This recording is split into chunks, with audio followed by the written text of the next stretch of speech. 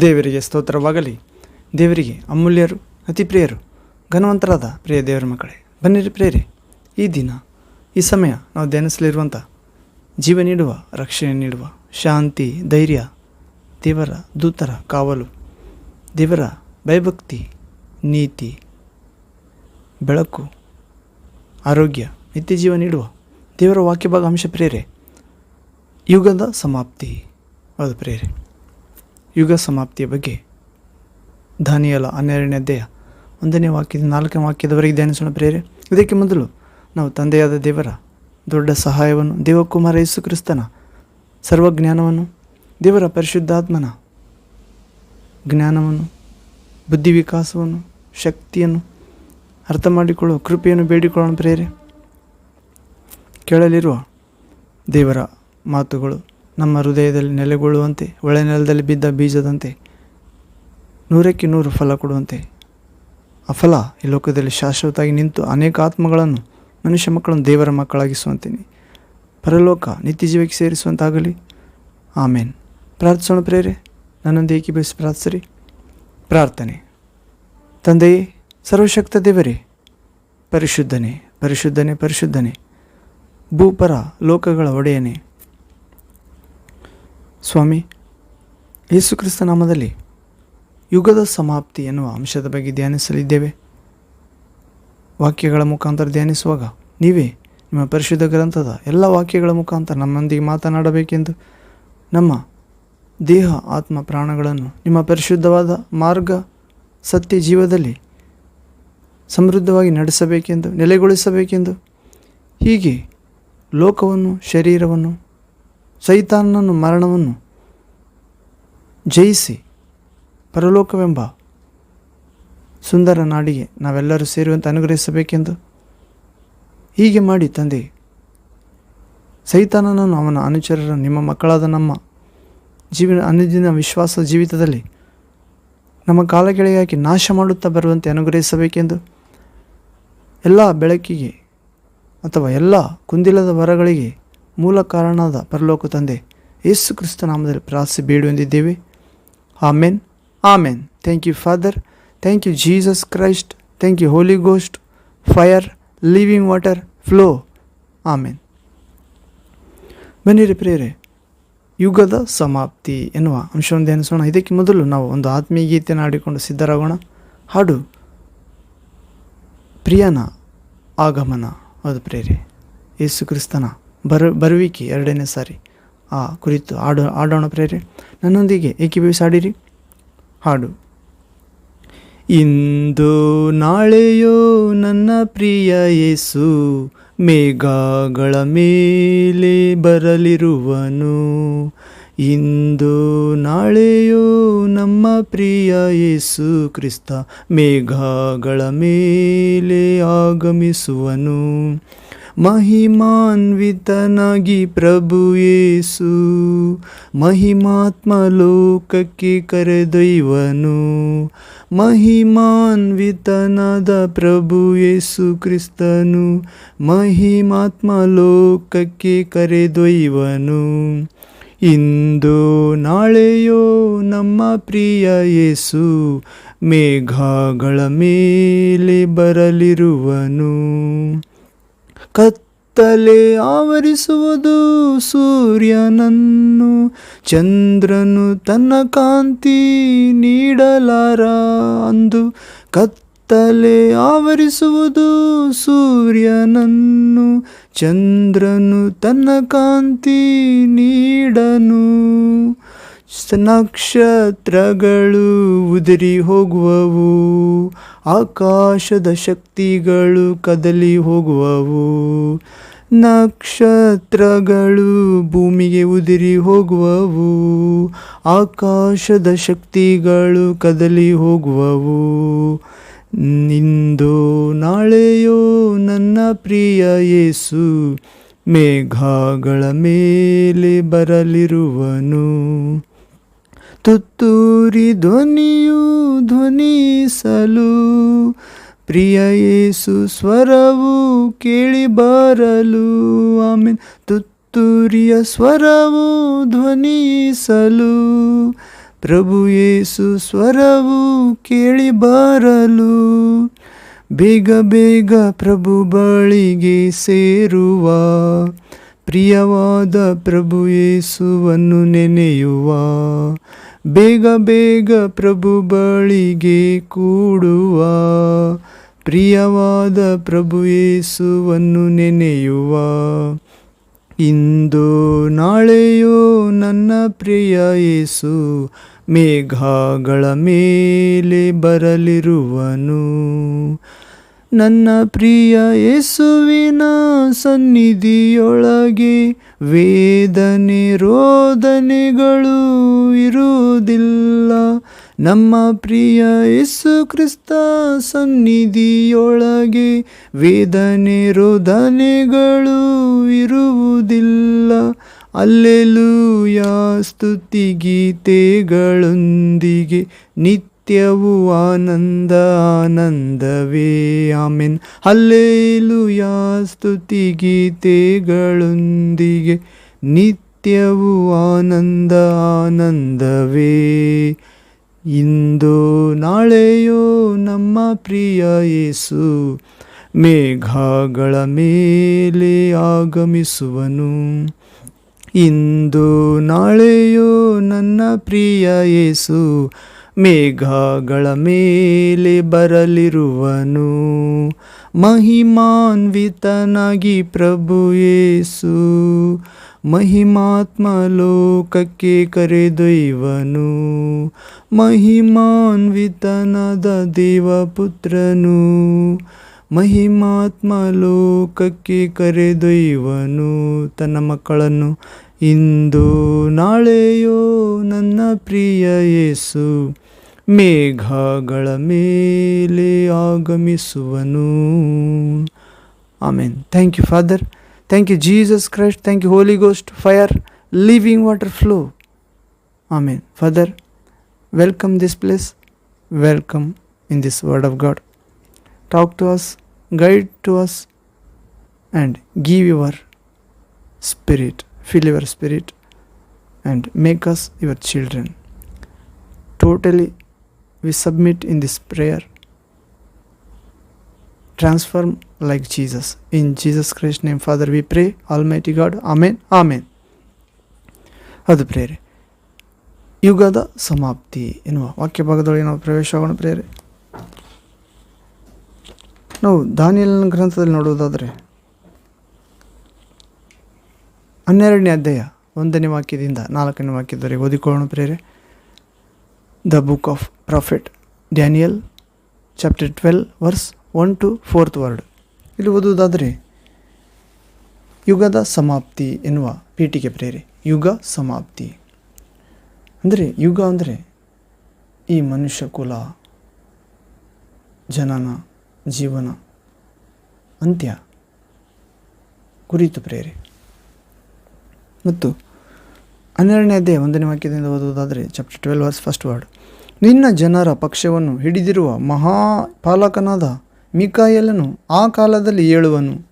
ಮೊಟ್ಟ ಮೊದಲು ಜನಾಂಗವು ಉಂಟಾದಂದಿನಿಂದ ಅಂದಿನವರೆಗೆ ಸಂಭವಿಸದಂಥ ಸಂಕಟವು ಸಂಭವಿಸುವುದು. ಆಗ ನಿನ್ನ ಜನರೊಳಗೆ ಯಾರ ಹೆಸರುಗಳು ಜೀವಬಾಧ್ಯರ ಪಟ್ಟಿಯಲ್ಲಿ ಸಿಕ್ಕುವವೋ ಅವರೆಲ್ಲರೂ ರಕ್ಷಿಸಲ್ಪಡುವರು. 2ನೇ ವಾಕ್ಯ 2nd ವರ್ಡ್. ಧೂಳಿನ ನೆಲದೊಳಗೆ ನಿದ್ರೆ ಮಾಡುವವರಲ್ಲಿ ಅನೇಕರು ಎಚ್ಚೆತ್ತುಕೊಳ್ಳುವರು ಮತ್ತು ಕೆಲವರು ನಿತ್ಯ ಜೀವವನ್ನು, ಕೆಲವರು ನಿಂದನ ನಿತ್ಯ ತಿರಸ್ಕಾರಗಳನ್ನು ಅನುಭವಿಸುವರು. ಜ್ಞಾನಿಗಳು ತೇಜೋಮಯವಾದ ಆಕಾಶಮಂಡಲದಂತೆ ಪ್ರಕಾಶಿಸುವರು. ಬಹುಜನರನ್ನು ಸದ್ಧರ್ಮಿಗಳನ್ನಾಗಿ ಮಾಡುವವರು ಯುಗ ಯುಗಾಂತರಗಳಲ್ಲಿಯೂ ನಕ್ಷತ್ರಗಳ ಹಾಗೆ ಹೊಳೆಯುವರು. ದಾನಿಯೇಲನೇ, ನೀನು ಈ ಮಾತುಗಳನ್ನು 4ನೇ ವಾಕ್ಯ chapter 12 Daniel chapter 12 verse 4th word last word. ದಾನಿಯೇಲನೇ, ನೀನು ಈ ಮಾತುಗಳನ್ನು ಮುಚ್ಚಿಡು, ಅವುಗಳನ್ನು ಬರೆಯುವ ಗ್ರಂಥಕ್ಕೆ ಮುದ್ರೆ ಹಾಕು. ಅಂತ್ಯಕಾಲದವರೆಗೆ ಮರೆಯಾಗಿರಲಿ. ಬಹುಜನರು ಅತ್ತಿತ್ತ ತಿರುಗುವರು, ತಿಳುವಳಿಕೆಯು ಹೆಚ್ಚುವುದು. ಅದು ಪ್ರೇರೆ ಯುಗ ಸಮಾಪ್ತಿ ಕುರಿತು ನಾವು ಧ್ಯಾನಿಸ್ತಿದ್ದೇವೆ. ಹೌದು,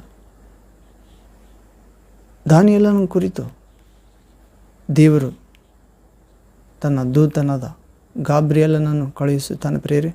ದಾನಿಯೇಲನು 21 ದಿನ ಉಪವಾಸದಲ್ಲಿ ಪ್ರಾರ್ಥನೆಯಲ್ಲಿರುವಾಗ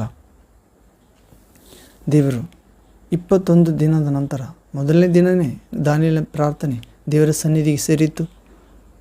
21 ದಿನದ ನಂತರ ಆತನಿಗೆ ಗಾಬ್ರಿಯೇಲ್ ದೂತನು ಪ್ರತ್ಯಕ್ಷನಾಗುತ್ತಾನೆ ಪ್ರಿಯರೇ. ಅಷ್ಟರವರೆಗೆ ಆಕಾಶ ಮಧ್ಯದಲ್ಲಿ ಸೈತಾನನೊಂದಿಗೆ ಹೋರಾಡುತ್ತಿರುತ್ತಾನೆ ಮತ್ತು ಗಾಬ್ರಿಯೇಲನ ಸಹಾಯಕ್ಕೆ ಮಿಕಾಯಲ್ ದೇವದೂತನು ಬರುತ್ತಾನೆ ಎಂದು ಅರ್ಥ. ಹೀಗೆ ನಿನ್ನ ಜನರ ಪಕ್ಷವನ್ನು ಹಿಡಿದಿರುವ ಮಹಾಪಾಲಕನಾದ ಮಿಕಾಯಲನು ಆ ಕಾಲದಲ್ಲಿ ಹೇಳುವನು. ಹೌದು, ಯಾವ ಕಾಲದಲ್ಲಿ? ಯುಗದ ಸಮಾಪ್ತಿಯಲ್ಲಿ ದಾನಿಯೇಲನೇ ನಿನ್ನ ಜನರ ಪಕ್ಷವಾಗಿ ಮಹಾಪಾಲಕನಾದ ಮಿಕಾಯೇಲನು ಹೇಳುವನು. ಅದು ಪ್ರಿಯರೇ, ದಾನಿಯೇಲನು ದೇವರಿಗೆ ಅತಿ ಪ್ರಿಯನಾಗಿದ್ದನು.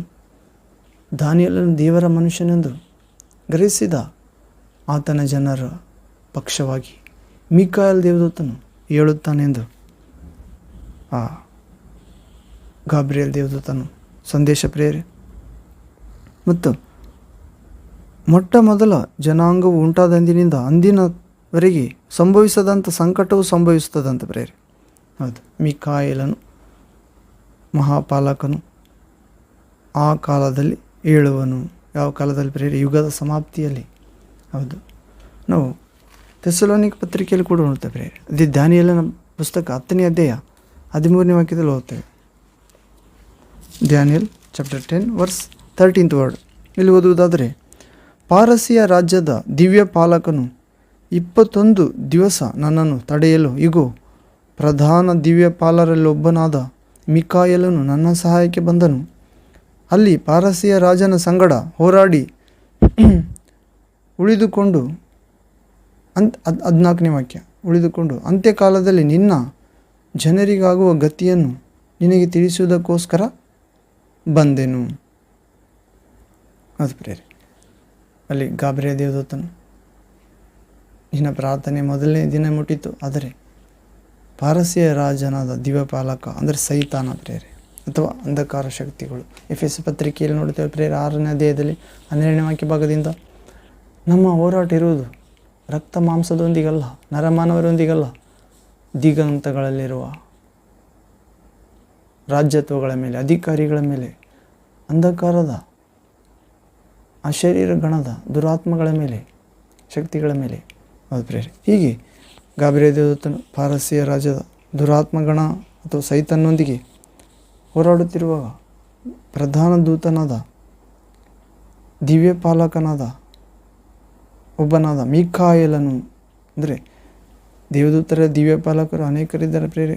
ಆ ದಿವ್ಯಪಾಲಕರಲ್ಲಿ ಪ್ರಧಾನರಲ್ಲಿ ಒಬ್ಬನಾದ ಮಿಕಾಯೇಲನು ಗಾಬ್ರಿಯೇಲನ ಸಹಾಯಕ್ಕೆ ಬಂದನಂತ ಮತ್ತು ಪಾರಸಿಯ ರಾಜನ ಸಂಗಡ ಹೋರಾಡಿ ಉಳಿದುಕೊಂಡು ಅಂತ್ಯಕಾಲದಲ್ಲಿ ನಿನ್ನ ಜನರಿಗಾಗುವ ಗತಿಯನ್ನು ನಿನಗೆ ತಿಳಿಸುವುದಕ್ಕೋಸ್ಕರ ಬಂದೆನು. ಹೌದು ಪ್ರಿಯ, ಅಂತ್ಯಕಾಲದಲ್ಲಿ ನಡೆಯುವುದನ್ನು ತಿಳಿಸುವುದಕ್ಕೆ ದೇವದೂತ ದಾನಿಯೇಲನ ಬಳಿಗೆ ಬರುತ್ತಾನೆ. ಹೌದು ಪ್ರಿಯ, ಯೇಸು ಕ್ರಿಸ್ತನು ಕೂಡ ಅಂತ್ಯಕಾಲದ ಬಗ್ಗೆ ನುಡಿದಿದ್ದಾನೆ ಪ್ರೇರೆ. ಹೌದು, ಹೆಣಗಳು ಎಲ್ಲಿ ಕೂಡಿರುವ ಹದ್ದುಗಳು ಅಲ್ಲೇ ಸೇರುತ್ತವೆ.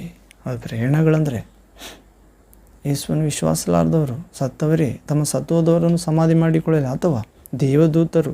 ಹದ್ದುಗಳಂದರೆ ದೇವದೂತರು, ಹೆಣಗಳಂದರೆ ಕುರಿಗಳನ್ನು ಮೇಕೆಗಳಿಂದ ಬೇರ್ಪಡಿಸಿ ಅಥವಾ ಮೇಕೆಗಳನ್ನು ಕುರಿಗಳಿಂದ ಬೇರ್ಪಡಿಸಿ ನೀತಿವಂತರಿಂದ ಅನೀತಿವಂತರನ್ನು ಬೇರ್ಪಡಿಸಿ ಹೆಣಗಳಂತಿರುವ ಅನೀತಿವಂತರ ಪ್ರೇರೆ ಅವರನ್ನು ಸೈತಾನಿಗೂ ಆ ಸೈತಾನನ ದೂತರಿಗೂ ಸಿದ್ಧ ಮಾಡಿರುವ ಅಗ್ನಿ ಬೆಂಕಿಯೊಳಗೆ, ಗಂಧಕದೊಳಗೆ, ಕುಂಡದೊಳಗೆ ದೊಬ್ಬಲಾಗುವುದು. ಅಲ್ಲಿ ಹಲ್ಲು ಕಡಿಯೋಣ ಗೋಳಾಟ ಇರುತ್ತದೆ ಪ್ರೇರೆ. ಹೀಗೆ ಯೇಸು ಕ್ರಿಸ್ತನು ಕೂಡ ಮೊಟ್ಟ ಮೊದಲ ಜನಾಂಗ ಉಂಟಾದಂದಿನಿಂದ ಅಂದಿನವರೆಗೆ ಸಂಭವಿಸದಂಥ ಸಂಕಟವು ಸಂಭವಿಸುವುದು. ಅದು ಪ್ರೇರೆ, ಇಲ್ಲಿ ನಾವು ನೋಡುತ್ತೇವೆ. ಥೆಸಲೋನಿಕ ಪತ್ರದಲ್ಲಿ ನೋಡುತ್ತೇವೆ 4ನೇ ಅಧ್ಯಾಯ 16ನೇ ವಾಕ್ಯದಲ್ಲಿ. First Thessalonians chapter 4 16th word. ಇಲ್ಲಿ ಓದುವುದಾದರೆ, 15th word to 16th word. Thessalonica ಮೊದಲನೇ ಪತ್ರಿಕೆ 4ನೇ ಅಧ್ಯಾಯ 15ರಿಂದ 16ರವರೆಗೆ. ಇಲ್ಲಿ ಪೀಠಿಕೆ ಯೇಸು ಕರ್ತನು ಪ್ರತ್ಯಕ್ಷನಾಗುವುದಕ್ಕೆ ಮುಂಚಿತವಾಗಿ ಸಾಯುವ ಭಕ್ತರನ್ನು ಕುರಿತದ್ದು. 15ನೇ ವಾಕ್ಯ 15th ವರ್ಡ್. ನಾವು ಕರ್ತನ ಮಾತಿನ ಆಧಾರದಿಂದ ನಿಮಗೆ ಹೇಳುವುದೇನೆಂದರೆ, ಕರ್ತನ ಪ್ರತ್ಯಕ್ಷನಾಗುವವರೆಗೂ ಜೀವದಿಂದ ಉಳಿದಿರುವ ನಾವು ನಿದ್ರೆ ಹೋದವರಿಗಿಂತ ಮುಂದಾಗುವುದೇ ಇಲ್ಲ. ಕರ್ತನು ತಾನೇ ಆಜ್ಞಾಘೋಷದೊಡನೆಯೂ ಪ್ರಧಾನ ದೂತ ಶಬ್ದದೊಡನೆಯೂ ಅಂದರೆ ದೇವರು ಯೇಸು ಕ್ರಿಸ್ತನು ತಾನೇ ಆಜ್ಞಾಘೋಷದೊಡನೆ ಬರುತ್ತೇನೆ ಎಂದ ಆ ವಾಕ್ಯದೊಡನೆ, ಪ್ರಧಾನ ದೂತನಾದ ಮಿಕಾಯಲನ ಶಬ್ದದೊಡನೆ ದೇವರ ತುತ್ತೂರಿ ಧ್ವನಿಯೊಡನೆ, ಅಂದರೆ ಪ್ರಧಾನ ದೇವದೂತನ ಮಿಕಾಯಲನ ತುತ್ತೂರಿ ಊದಲಾಗುತ್ತದೆ ಪ್ರೇರೆ. ಆಗ ಆಕಾಶದಿಂದ ಇಳಿದು ಬರುತ್ತಾನೆ ಪ್ರಭು ಕರ್ತನು ಯೇಸು ಕ್ರಿಸ್ತನು. ಆಗ ಕ್ರಿಸ್ತನಲ್ಲಿರುವ ಸತ್ತವರು ಮೊದಲು ಎದ್ದು ಬರುವರು. ಆಮೇಲೆ ಜೀವದಿಂದ ಉಳಿದಿರುವ ನಾವು ಅಂತರಿಕ್ಷದಲ್ಲಿ ಕರ್ತನನ್ನು ಎದುರುಗೊಳ್ಳುವುದಕ್ಕಾಗಿ ಅವರ ಸಂಗಡಲೇ ಮೇಘವಾಹನರಾಗಿ ಫಕ್ಕನೆ ಒಯ್ಯಲ್ಪಡುವೆವು. ಹೀಗಾಗಿ ನಾವು ಸದಾಕಾಲವು ಕರ್ತನ ಜೊತೆಯಲ್ಲಿರುವೆವು. ಆದ ಕಾರಣ ಈ ಮಾತುಗಳಿಂದ ಒಬ್ಬರನ್ನೊಬ್ಬರು ಸಂತೈಸಿರಿ. ಇಲ್ಲಿ ನಾವು ಯುಗದ ಸಮಾಪ್ತಿ ಬಗ್ಗೆ ಧ್ಯಾನಿಸ್ತಿದ್ದೇವೆ. ಯುಗದ ಸಮಾಪ್ತಿಯಲ್ಲಿ ದೇವದೂತ ಮಿಕಾಯಲನು ಕಾಣಿಸಿಕೊಳ್ಳುತ್ತಾನೆ ದೇವಜನರ ಪರವಾಗಿ. ಹೌದು ಪ್ರೇರೆ.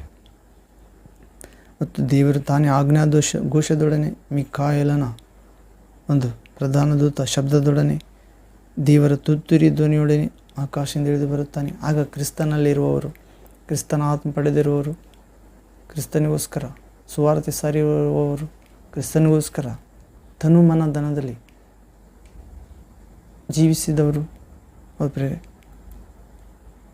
ಪರಲೋಕ ಸಂಬಂಧವಾಗಿ ಜೀವಿಸಿದವರು, ನೂತನ ಸೃಷ್ಟಿಯಾದವರು, ಮಾನಸಾಂತರಗೊಂಡು ದೇವರ ಮಕ್ಕಳಾದವರು, ಸತ್ತವರು, ಕ್ರಿಸ್ತನಲ್ಲಿರುವವರು ಮೊದಲು ಎದ್ದು ಬರ್ತಾರಂತ ಪ್ರೇರೆ.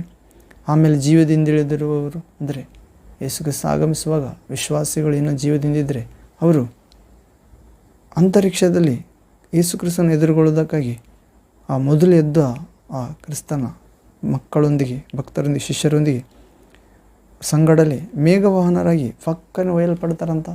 ಹೀಗಾಗಿ ನಾವು ಸದಾಕಾಲವು, ಅಂದರೆ ಕ್ರಿಸ್ತನಲ್ಲಿರುವವರು, ಯೇಸು ಕ್ರಿಸ್ತ ಆಗಮಿಸುವಾಗ ವಿಶ್ವಾಸದಲ್ಲಿ ಇನ್ನೂ ಜೀವಂತವಾಗಿರುವವರು ದೇಹದಲ್ಲಿ, ಅವರೆಲ್ಲರೂ ಕಲಿತು ಆಕಾಶದಲ್ಲಿ ಎತ್ತಲ್ಪಡ್ತಾರೆ ಪ್ರೇರೆ. ಫಕ್ಕನೆ ಕಣ್ಣರೆಪ್ಪೆ ಬಡಿಯುವುದರೊಳಗಾಗಿ ನಾವೆಲ್ಲರೂ ಸದಾಕಾಲ ಯೇಸು ಕ್ರಿಸ್ತನ ಜೊತೆಯಲ್ಲಿರುವೆವು. ಇಂಥ ಮಾತುಗಳಿಂದ ಆದ ಕಾರಣ ಒಬ್ಬರನ್ನೊಬ್ಬರು ಸಂತೈಸಿರಿ. ಅದು ಪ್ರೇರೆ. ಮನುಷ್ಯ ಜೀವನ ಅಂತ್ಯವಿಲ್ಲ ಪ್ರೇರೆ. ಇದು ಅಮರತ್ವಕ್ಕಾಗಿ ಸೃಷ್ಟಿ ಮಾಡಲ್ಪಟ್ಟಿದೆ. ದೇವರೊಂದಿಗೆ ಜೀವಿಸಲು ಯೇಸು ಕ್ರಿಸ್ತನ ಯಾರ್ಯಾರು ಸ್ವಂತ ರಕ್ಷಕನಾಗಿ, ದೇವರಾಗಿ, ಪಾಪಗಳ ಕ್ಷಮಾಪಣೆ ವಿಮೋಚಕನಾಗಿ, ನಿತ್ಯ ಜೀವದ ನಾಯಕನಾಗಿ, ಅದು ಪ್ರೇರೆ ಒಳ್ಳೆಯ ಕುರುಬನಾಗಿ, ಆತ್ಮದ ತಂದೆಯಾಗಿ, ಶಾಶ್ವತ ದೇವರಾಗಿ ಕಂಡುಕೊಳ್ಳುತ್ತಾರೋ ಅವರೆಲ್ಲರೂ ಕರ್ತನ ಜೊತೆಯಲ್ಲಿರುತ್ತಾರೆ. ಮತ್ತು ದೇವರ ಇಂಥ ಮಾತುಗಳಿಂದ ಒಬ್ಬರನ್ನೊಬ್ಬರು ಸಂತೈಸಿಕೊಳ್ಳಬೇಕಾಗಿದೆ ಪ್ರಭುವಿನ ಮಕ್ಕಳು, ಕ್ರಿಸ್ತನಲ್ಲಿರುವವರು. ಹೀಗೆ ಯುಗದ ಸಮಾಪ್ತಿ ಬಗ್ಗೆ ನಾವು ಧ್ಯಾನಿಸ್ತಿದ್ದೇವೆ ಪ್ರೇರೆ. ಪ್ರಧಾನ ದೇವದೂತ ಮಿಕಾಯಲ್ ಕಾಣಿಸಿಕೊಳ್ತಾನೆಂದು, ಮತ್ತು ಆತನ ಶಬ್ದದೊಂದಿಗೆ ಯೇಸು ಕ್ರಿಸ್ತನ ಆಗಮಿಸುತ್ತಾನೆ ಈ ಲೋಕದಲ್ಲಿ. ಮತ್ತು ಅಂದಿನವರೆಗೆ 1ನೇ ವಾಕ್ಯದ ಕೊನೆಯ ಭಾಗ ಪ್ರೇರೆ. ದಾನಿಯೇಲನ ಗ್ರಂಥ 12ನೇ 1ನೇ ವಾಕ್ಯದ ಕೊನೆಯ ಭಾಗ. ಅಂದಿನವರೆಗೆ ಸಂಭವಿಸದಂಥ ಸಂಕಟವು ಸಂಭವಿಸುತ್ತದಂತ ಪ್ರೇರೆ. ಅಂದಿನವರೆಗೆ ಸಂಭವಿಸದಂಥ ಸಂಕಟ, ಅದು ಪ್ರೇರೆ. ಮತ್ತಾಯ ಸುವಾರ್ತೆ 24ನೇ ಅಧ್ಯಾಯ 21ನೇ ವಾಕ್ಯದಲ್ಲಿ ಓದುತ್ತೇವೆ. Matthew gospel chapter 24 verse 21st word. ಮತ್ತಾಯನ ಸುವಾರ್ತೆ 24ನೇ ಅಧ್ಯಾಯ 21ನೇ ವಾಕ್ಯದಲ್ಲಿ ಓದುತ್ತೇವೆ. ಇಲ್ಲಿ ಓದುವುದಾದರೆ, ಅಂಥ ಸಂಕಟವು ಲೋಕ ಹುಟ್ಟಿದ್ದು ಮೊದಲುಗೊಂಡು ಇಂದಿನವರೆಗೂ ಆಗಲಿಲ್ಲ, ಇನ್ನು ಮೇಲೆಯೂ ಆಗುವುದಿಲ್ಲ. 22ನೇ ವಾಕ್ಯ 22nd ವರ್ಡ್. ಕರ್ತನು ಆ ದಿನಗಳನ್ನು ಕಡಿಮೆ ಮಾಡದಿದ್ದರೆ ಒಂದು ನರಪ್ರಾಣಿಯಾದರೂ ಉಳಿಯದು. ಆದರೆ ದೇವರು ತಾನು ಆದುಕೊಂಡವರಿಗೋಸ್ಕರ ಆ ದಿನಗಳನ್ನು ಕಡಿಮೆ ಮಾಡುವನು. ಆಗ ಯಾರಾದರೂ ನಿಮಗೆ 23ನೇ ವಾಕ್ಯ 23rd ವರ್ಡ್. ಆಗ ಯಾರಾದರೂ ನಿಮಗೆ, ಇಗೋ ಕ್ರಿಸ್ತನು ಇಲ್ಲಿದ್ದಾನೆ ಹಾಗೂ ಅಲ್ಲಿದ್ದಾನೆ ಎಂದು ಹೇಳಿದರೆ ನಂಬಬೇಡಿರಿ. 24ನೇ 24th ವರ್ಡ್. ಸುಳ್ಳು ಕ್ರಿಸ್ತರು, ಸುಳ್ಳು ಪ್ರವಾದಿಗಳು ಎದ್ದು ಸಾಧ್ಯವಾದರೆ ದೇವರಾದುಕೊಂಡವರನ್ನು ಸಹ ಮೋಸಗೊಳಿಸುವುದಕ್ಕೋಸ್ಕರ ದೊಡ್ಡ ದೊಡ್ಡ ಸೂಚಕ ಕಾರ್ಯಗಳನ್ನು, ಅದ್ಭುತ ಕಾರ್ಯಗಳನ್ನು ಮಾಡಿ ತೋರಿಸುವರು. 25th ವರ್ಡ್, 25ನೇ ವಾಕ್ಯ. ಮತ್ತು ಸುವಾರ್ತೆ 24ನೇದು 25ನೇ ವಾಕ್ಯ, 26ನೇ ವಾಕ್ಯ. ಇಗೋ, ನಿಮಗೆ ಮುಂದಾಗಿ ಹೇಳಿದ್ದೇನೆ ಈ ವಿಷಯ. ಆದ ಕಾರಣ ಯಾರಾದರೂ ನಿಮಗೆ ಅಗೋ ಕ್ರಿಸ್ತನು ಅಡವಿಯಲ್ಲಿ ಇದ್ದಾನೆಂದು ಹೇಳಿದರೆ ಹೊರಟು ಹೋಗಬೇಡಿರಿ. ಇಗೋ ಕೋಣೆಗಳಲ್ಲಿ ಇದ್ದಾನೆ ಎಂದು ಹೇಳಿದರೆ ನಂಬಬೇಡಿರಿ. ಹೇಗೆ ಮಿಂಚು ಮೂಡಣದಲ್ಲಿ ಹುಟ್ಟಿ ಪಡುವಣದವರೆಗೂ ಕಾಣಿಸುತ್ತದೋ ಹಾಗೆಯೇ ಮನುಷ್ಯಕುಮಾರನ ಪ್ರತ್ಯಕ್ಷತೆ ಇರುವುದು. ಹೆಣ ಬಿದ್ದಲ್ಲಿ ಹದ್ದುಗಳು ಕೂಡುವವು. ಪ್ರೇರೆ 29ನೇ ವಾಕ್ಯ. ಆ ದಿನಗಳ ಸಂಕಟವು ತೀರಿದ ಕೂಡಲೇ ಸೂರ್ಯನು ಕತ್ತಲಾಗಿ ಹೋಗುವನು, ಚಂದ್ರನು ಬೆಳಕು ಕೊಡದೇ ಇರುವನು, ನಕ್ಷತ್ರಗಳು ಆಕಾಶದಿಂದ ಉದುರುವವು, ಆಕಾಶದ ಶಕ್ತಿಗಳು ಕದಲುವವು. 30ನೇ ವಾಕ್ಯ, 30 ವರ್ಡ್. ಆಗ ಮನುಷ್ಯ ಕುಮಾರನನ್ನು ಸೂಚಿಸುವ ಗುರುತು ಆ ಕಾಲದಲ್ಲಿ ಕಾಣಬರುವುದು.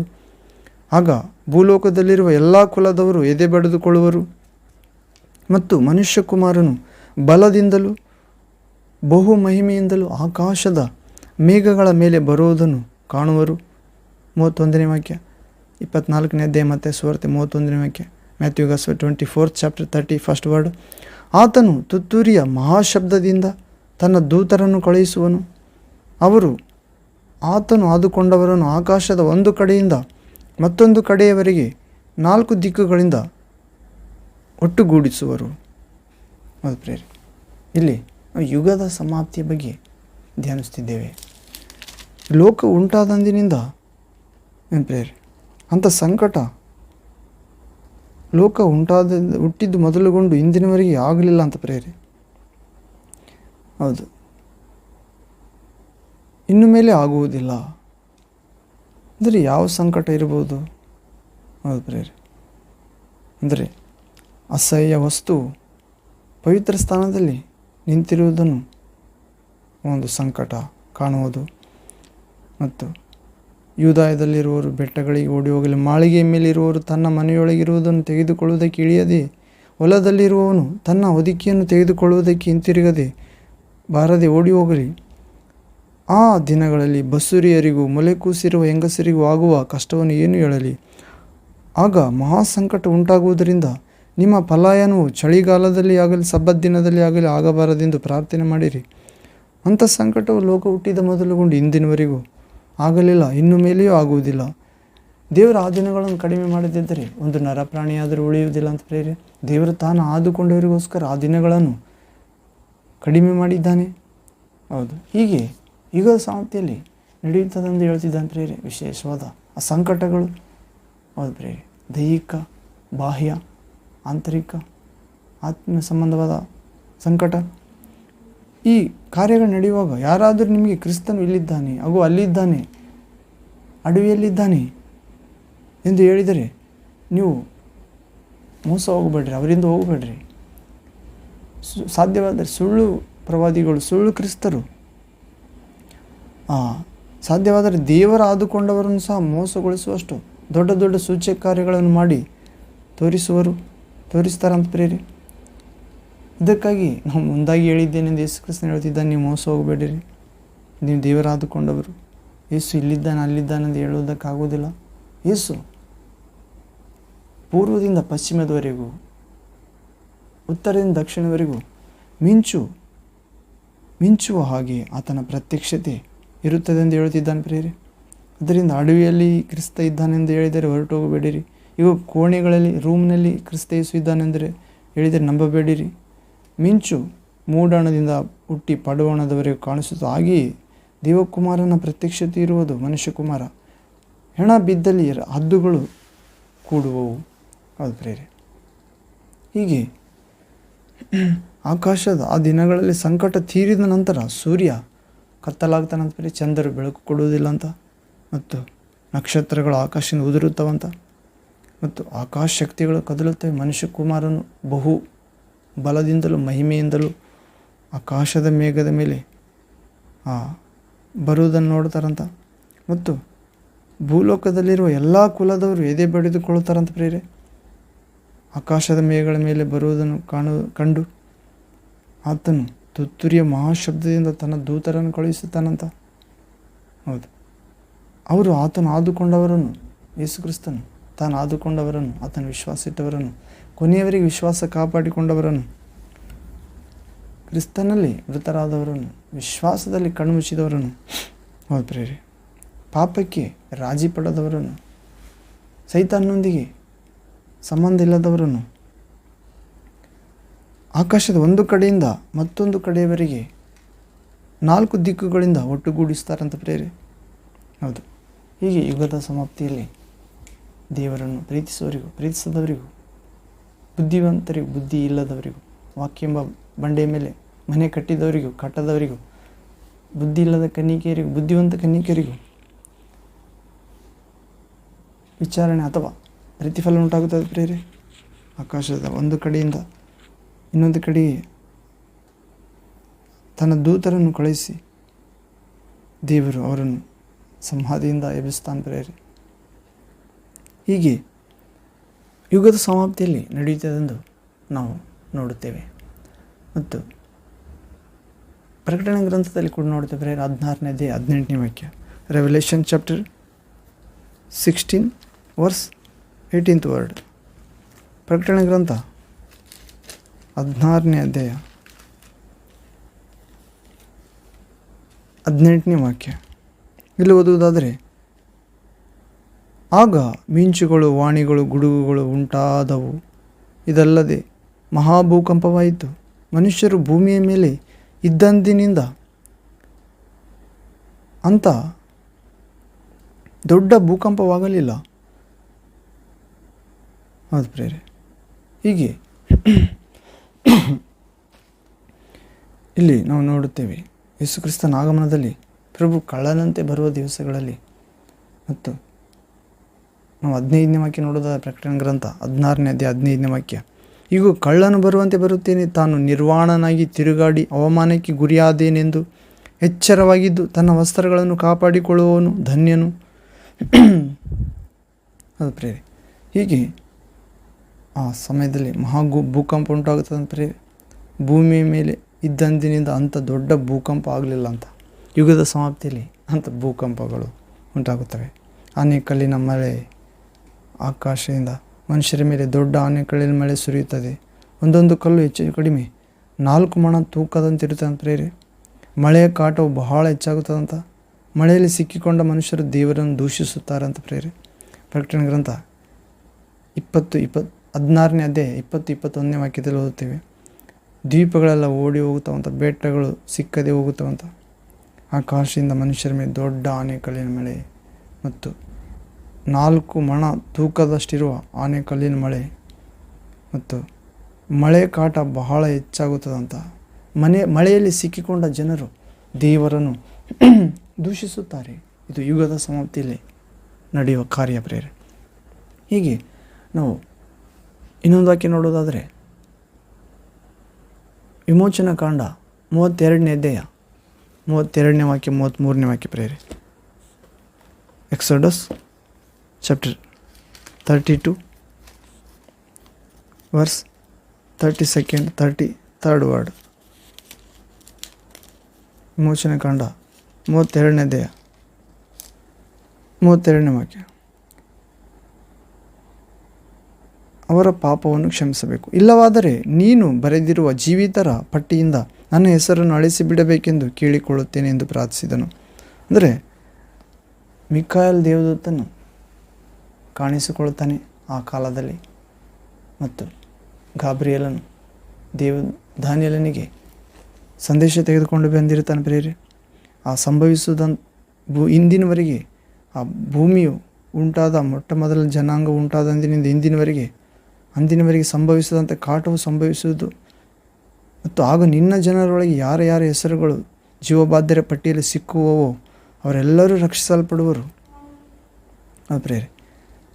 ದಾನಿಯೇಲನ ಜನರೊಳಗೆ ಯಾರ ಹೆಸರುಗಳು ಜೀವಬಾಧ್ಯರ ಪಟ್ಟಿಯಲ್ಲಿ ಸಿಗುತ್ತವೋ ಅವರೆಲ್ಲರೂ ರಕ್ಷಿಸಲ್ಪಡುತ್ತಾರಂತ ಪ್ರೇರೆ. ಅದೇ ಇಲ್ಲಿ ಮೋಶೆ ಕೂಡ ಅದೇ ಜೀವಬಾಧ್ಯರ ಪಟ್ಟಿ ಬಗ್ಗೆ ಮಾತಾಡ್ತಿದ್ದಾನೆ ಪ್ರೇರೆ. ಅಂದರೆ ಮೋಶೆ ಇಸ್ರೇಲರಿಗಾಗಿ ದೇವರನ್ನು ಬೇಡಿಕೊಳ್ಳುತ್ತಾನೆ. ದೇವರು ಅವರನ್ನು ಅಡವಿಯಲ್ಲಿ ನಾಶ ಮಾಡಬೇಕೆಂದು ತೀರ್ಮಾನಿಸಿದಾಗ ಅವರ ಅವಿಧೇಯತೆಗಾಗಿ ದೇವರನ್ನು ಕೋಪಕ್ಕೆ ತಂದಿದ್ದರಿಂದ, ದೇವರ ಆಜ್ಞೆ ಮೀರಿದ್ದರಿಂದ, ಮೋಶೆ ಮಾತಿಗೆ ಕೂಡ ಕಿವಿಗೊಡದೇ ಇದ್ದರಿಂದ ದೇವರು ಇಸ್ರೇಲರ ಅನೇಕ ಜನರನ್ನು ಸಾಯಿಸಬೇಕು ಅರಣ್ಯದಲ್ಲಿ ಎಂದಾಗ ಮೋಶೆಯು ಇಸ್ರೇಲರಿಗಾಗಿ ದೇವರನ್ನು ಬೇಡಿಕೊಂಡಾಗ ಏನಂತ ಪ್ರೇರೆ 32ನೇ ಅಧ್ಯಾಯ 32ನೇ ವಾಕ್ಯದಲ್ಲಿ, Exodus chapter 32 verse 30 second word, ವಿಮೋಚನ ಕಾಂಡ 32ನೇ ಅಧ್ಯಾಯ 32ನೇ ವಾಕ್ಯ 33ನೇ ವಾಕ್ಯ. ದೇವರೇ, ಅವರ ಪಾಪವನ್ನು ಕ್ಷಮಿಸಬೇಕು, ಇಲ್ಲವಾದರೆ ನೀನು ಬರೆದಿರುವ ಜೀವಿತರ ಪಟ್ಟಿಯಿಂದ ನನ್ನ ಹೆಸರನ್ನು ಅಳಿಸಿ ಬಿಡಬೇಕೆಂದು ಕೇಳಿಕೊಳ್ಳುತ್ತೇನೆ ಎಂದು ಪ್ರಾರ್ಥಿಸಿದನು. ಅದು ಪ್ರೇರೆ. ಪ್ರತಿಯೊಬ್ಬ ದೇವರ ಸೇವಕನ ಹಿಂದೆ ಒಂದು ವಿಶ್ವಾಸಿ ಗುಂಪಿರುತ್ತದೆ ಪ್ರೇರೆ. ಅವರು ಹೆಸರು ಕೂಡ ಈ ಸೇವಕನ ನಿಮಿತ್ತ ಜೀವಬಾಧ್ಯರ ಪಟ್ಟಿಯಲ್ಲಿ ಬರೆಯಲ್ಪಟ್ಟಿರುತ್ತದೆ. ಒಂದು ಮನೆ, ಕುಟುಂಬ, ಯಜಮಾನ ಇದ್ದಂತೆ ದೇವರ ಸೇವಕನು, ದೇವರ ಮಗನು, ದೇವರ ಆತ್ಮ ಪಡೆದಾತ, ಆತನಿಂದ ಈತ ದೇವರ ಮನುಷ್ಯ ಎಂದು ನಂಬಿ ಆತನ ಹಿಂದೆ ಇದ್ದು ದೇವರ ಮಾರ್ಗದಲ್ಲಿ ನಡೆಯುವವರ ಹೆಸರು ಕೂಡ ದೇವರ ಗ್ರಂಥದಲ್ಲಿರುತ್ತದೆ. ಜೀವಬಾಧ್ಯರ ಪುಸ್ತಕ. ದೇವರೇ, ಇಸ್ರೇಲರನ್ನು ಪಾಪವನ್ನು ಕ್ಷಮಿಸು, ಇಲ್ಲವಾದರೆ ನೀನು ಬರೆದಿರುವ ಆ ಜೀವಿತರ ಪಟ್ಟಿಯಿಂದ ನನ್ನ ಹೆಸರನ್ನು ಅಳಿಸಿಬಿಡಬೇಕೆಂದು ಕೇಳಿಕೊಳ್ಳುತ್ತೇನೆ ಅಂತ ಪ್ರಾರ್ಥಿಸಿದ ಪ್ರೇರೆ.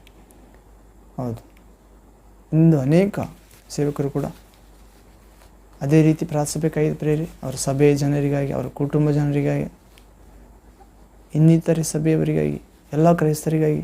ದೇವರೇ, ನಿನ್ನ ವಿಶ್ವಾಸವರ ಪಾಪವನ್ನು ಕ್ಷಮಿಸು, ನಮ್ಮ ಸಭೆಯ ಮಕ್ಕಳ ಪಾಪವನ್ನು ಕ್ಷಮಿಸು, ನನ್ನ ಶಿಷ್ಯರ ಪಾಪವನ್ನು ಕ್ಷಮಿಸು, ನಿಮ್ಮ ಜನರ ಪಾಪವನ್ನು ಕ್ಷಮಿಸು. ಇಲ್ಲದಿದ್ದರೆ ಜೀವಿತರ ಪಟ್ಟಿಯಿಂದ ನನ್ನ ಹೆಸರನ್ನು ಅಳಿಸಿಬಿಡು ಎಂದು ಯಾರು ಕೇಳಿಕೊಳ್ಳುತ್ತಿದ್ದಾರೆ ಪ್ರೇರೆ. ಹೌದು, ದೇವಚಿತ್ತವಾದರೆ ಕೇಳಿಕೊಳ್ಳಬೇಕಾಗಿದೆ. ಒಂದೇ ಮನೆಯಂತಿರುವ ಕ್ರೈಸ್ತರಿಗೆ ಮೊದಲು ನಾವು ಉಪಕಾರ ಮಾಡಬೇಕಾಗಿದೆ, ಸಹಾಯ ಮಾಡಬೇಕಾಗಿದೆ. ಭೌತಿಕ, ಮಾನಸಿಕ, ಆತ್ಮಿಕವಾಗಿ, ಪ್ರಾರ್ಥನಾ ರೂಪವಾಗಿ, ವಿಶೇಷವಾಗಿ. ಅದು ಪ್ರೇರೆ. ಜೀವಬಾಧ್ಯರ ಪಟ್ಟಿಯಿಂದ ನಮ್ಮ ಹೆಸರು ದೇವರು ಬರೆಸಿರ್ತಾನೆ. ಹೌದು, ನಿನ್ನ ಜನರೊಳಗೆ ದಾನಿಯೇಲನೇ, ಯಾರ ಹೆಸರುಗಳು ಜೀವಬಾಧ್ಯರ ಪಟ್ಟಿಯಲ್ಲಿ ಸಿಕ್ಕುವೋ ಅವರೆಲ್ಲರೂ ರಕ್ಷಿಸಲ್ಪಡುವರು. ಹೌದು, ನಾವು ಲೂಕನ ಸುವಾರ್ತೆ 10ನೇ ಅಧ್ಯಾಯದಲ್ಲಿ ಕೂಡ ಓದ್ತೇವೆ ಪ್ರೇರೆ. ನಿಮ್ಮ ದೆವ್ವಗಳು ನಿಮಗೆ ಅಧೀನವಾಗುತ್ತವೆ ಎಂದು ಸಂತೋಷ ಪಡುವುದಕ್ಕಿಂತ ನಿಮ್ಮ ಹೆಸರುಗಳು ಪರಲೋಕದಲ್ಲಿ, ಸ್ವರ್ಗದಲ್ಲಿ ಜೀವಬಾಧ್ಯರ ಪಟ್ಟಿ ಪುಸ್ತಕದಲ್ಲಿ ಬರೆಯಲ್ಪಟ್ಟಿರುತ್ತವೆ ಎಂದು ಸಂತೋಷಪಡಿರಿ ಎಂದು ಹೇಳ್ತಿದ್ದಾನೆ ಯೇಸು ಪ್ರಭು ಕ್ರಿಸ್ತ ದೇವಕುಮಾರ. ಹೀಗೆ ಎಜ್ಕೇಲ್ ಪ್ರವಾದಿ ಗ್ರಂಥದಲ್ಲಿ ಕೂಡ ನೋಡ್ತಾ ಪ್ರೇರೆ. 13ನೇ ಅಧ್ಯಾಯ 9ನೇ ವಾಕ್ಯದಲ್ಲಿ prophet Ezekiel chapter 13 verse 9th word ಇಲ್ಲಿ ಓದುವುದಾದರೆ 13ನೇ ಅಧ್ಯಾಯ ಎಜ್ಕೇಲ್ ಪ್ರವಾದಿ ಗ್ರಂಥ 9ನೇ ವಾಕ್ಯ. ಮಿಥ್ಯ ದರ್ಶನ ಹೊಂದಿ ಸುಳ್ಳು ಕಣಿ ಹೇಳುವ ಪ್ರವಾದಿಗಳ ಮೇಲೆ ನಾನು ಕೈ ಮಾಡುವೆನು. ಅವರು ನನ್ನ ಜನರ ಹಿರಿ ಸಭೆಯವರಲ್ಲಿ ಸೇರಕೂಡದು. ಇಸ್ರೇಲ್ ವಂಶದವರ ಪಟ್ಟಿಯಲ್ಲಿ ಅವರ ಹೆಸರುಗಳು ಲಿಖಿತವಾಗವು. ಅವರು ಇಸ್ರೇಲ್ ದೇಶದಲ್ಲಿ ಪ್ರವೇಶಿಸಲೂಬಾರದು. ನಾನೇ ಕರ್ತನಾದ ಯೆಹೋವನು ಎಂದು ನಿಮಗೆ ಗೊತ್ತಾಗುವುದು. ಅದು ಪ್ರೇರೆ. ಇಲ್ಲಿ ದೇವರು ಹೇಳುತ್ತಿದ್ದಾನೆ, ಮಿಥ್ಯ ದರ್ಶನ ಹೊಂದಿ ಸುಳ್ಳು ಕಣಿ ಹೇಳುವ ಪ್ರವಾದಿಗಳಿದ್ದಾರೆ. ಆ ಮಿಥ್ಯ ದರ್ಶನ ಅಂದರೆ ದೇವರು ಕೊಡದ ದರ್ಶನ, ದೇವರು ಹೇಳದ ಸಂದೇಶ ಹೇಳ್ತಾರಂತ ಯಾರು? ಸುಳ್ಳು ಪ್ರವಾದಿಗಳಂತ ಪ್ರೇರೆ. ಅವರು ವಾಕ್ಯಾನುಸಾರ ಇರುವುದಿಲ್ಲ ಅವರ ಪ್ರವಾದನೆ. ಅವರ ಮೇಲೆ ದೇವರು ಕೈ ಮಾಡುತ್ತಾನಂತ. ಅವರು ನನ್ನ ಜನರ ಹಿರಿಯ ಸಭೆಯವರಲ್ಲಿ ಅಂದರೆ ದೇವರ ಸಭೆಯವರಲ್ಲಿ, ದೇವರಿಗೆ ಆಪ್ತರಾದವರಲ್ಲಿ ಅವರು ಸೇರಬಾರದು. ಇಸ್ರೇಲ್ ವಂಶದವರ ಪಟ್ಟಿಯಲ್ಲಿ ಅವರ ಹೆಸರುಗಳು ಬರೆಯಬಾರದು. ಅಂದರೆ ದೇವಜನರ ಜೀವಬಾಧ್ಯರ ಪಟ್ಟಿಯಲ್ಲಿ ಅವರ ಹೆಸರು ಬರಬಾರದು. ಅಥವಾ ದೇವರಿಗೆ ಆಪ್ತರಾದವರ ಜ್ಯೇಷ್ಠ ಪಿತರ ಸಭೆಯವರ ಹೆಸರಿನಲ್ಲಿ ಅವರ ಹೆಸರು ಸೇರಬಾರದು. ಅವರು ಇಸ್ರೇಲ್ ದೇಶದಲ್ಲಿ ಪ್ರವೇಶಿಸಲೂಬಾರದು. ದೇವರು ವಾಗ್ದಾನ ಮಾಡಿದ ಕಾನಾನ್ ದೇಶ ಅಂದು ಪ್ರೇರೆ, ಇಂದು ನೂತನ ಯೆರೂಸಲೇಮ್, ಸಿಯೋನ್ ಪರ್ವತ, ಇದರಲ್ಲಿ ಅವರು ಸೇರಬಾರದು. ಕರ್ತನಾದ ಯೆಹೋವನಾದ ನಾನೇ ನಿಮಗೆ ನುಡಿದಿದ್ದೇನೆ ಎಂದು ಗೊತ್ತಾಗುತ್ತದೆ. ಹೌದು ಪ್ರೇರೆ.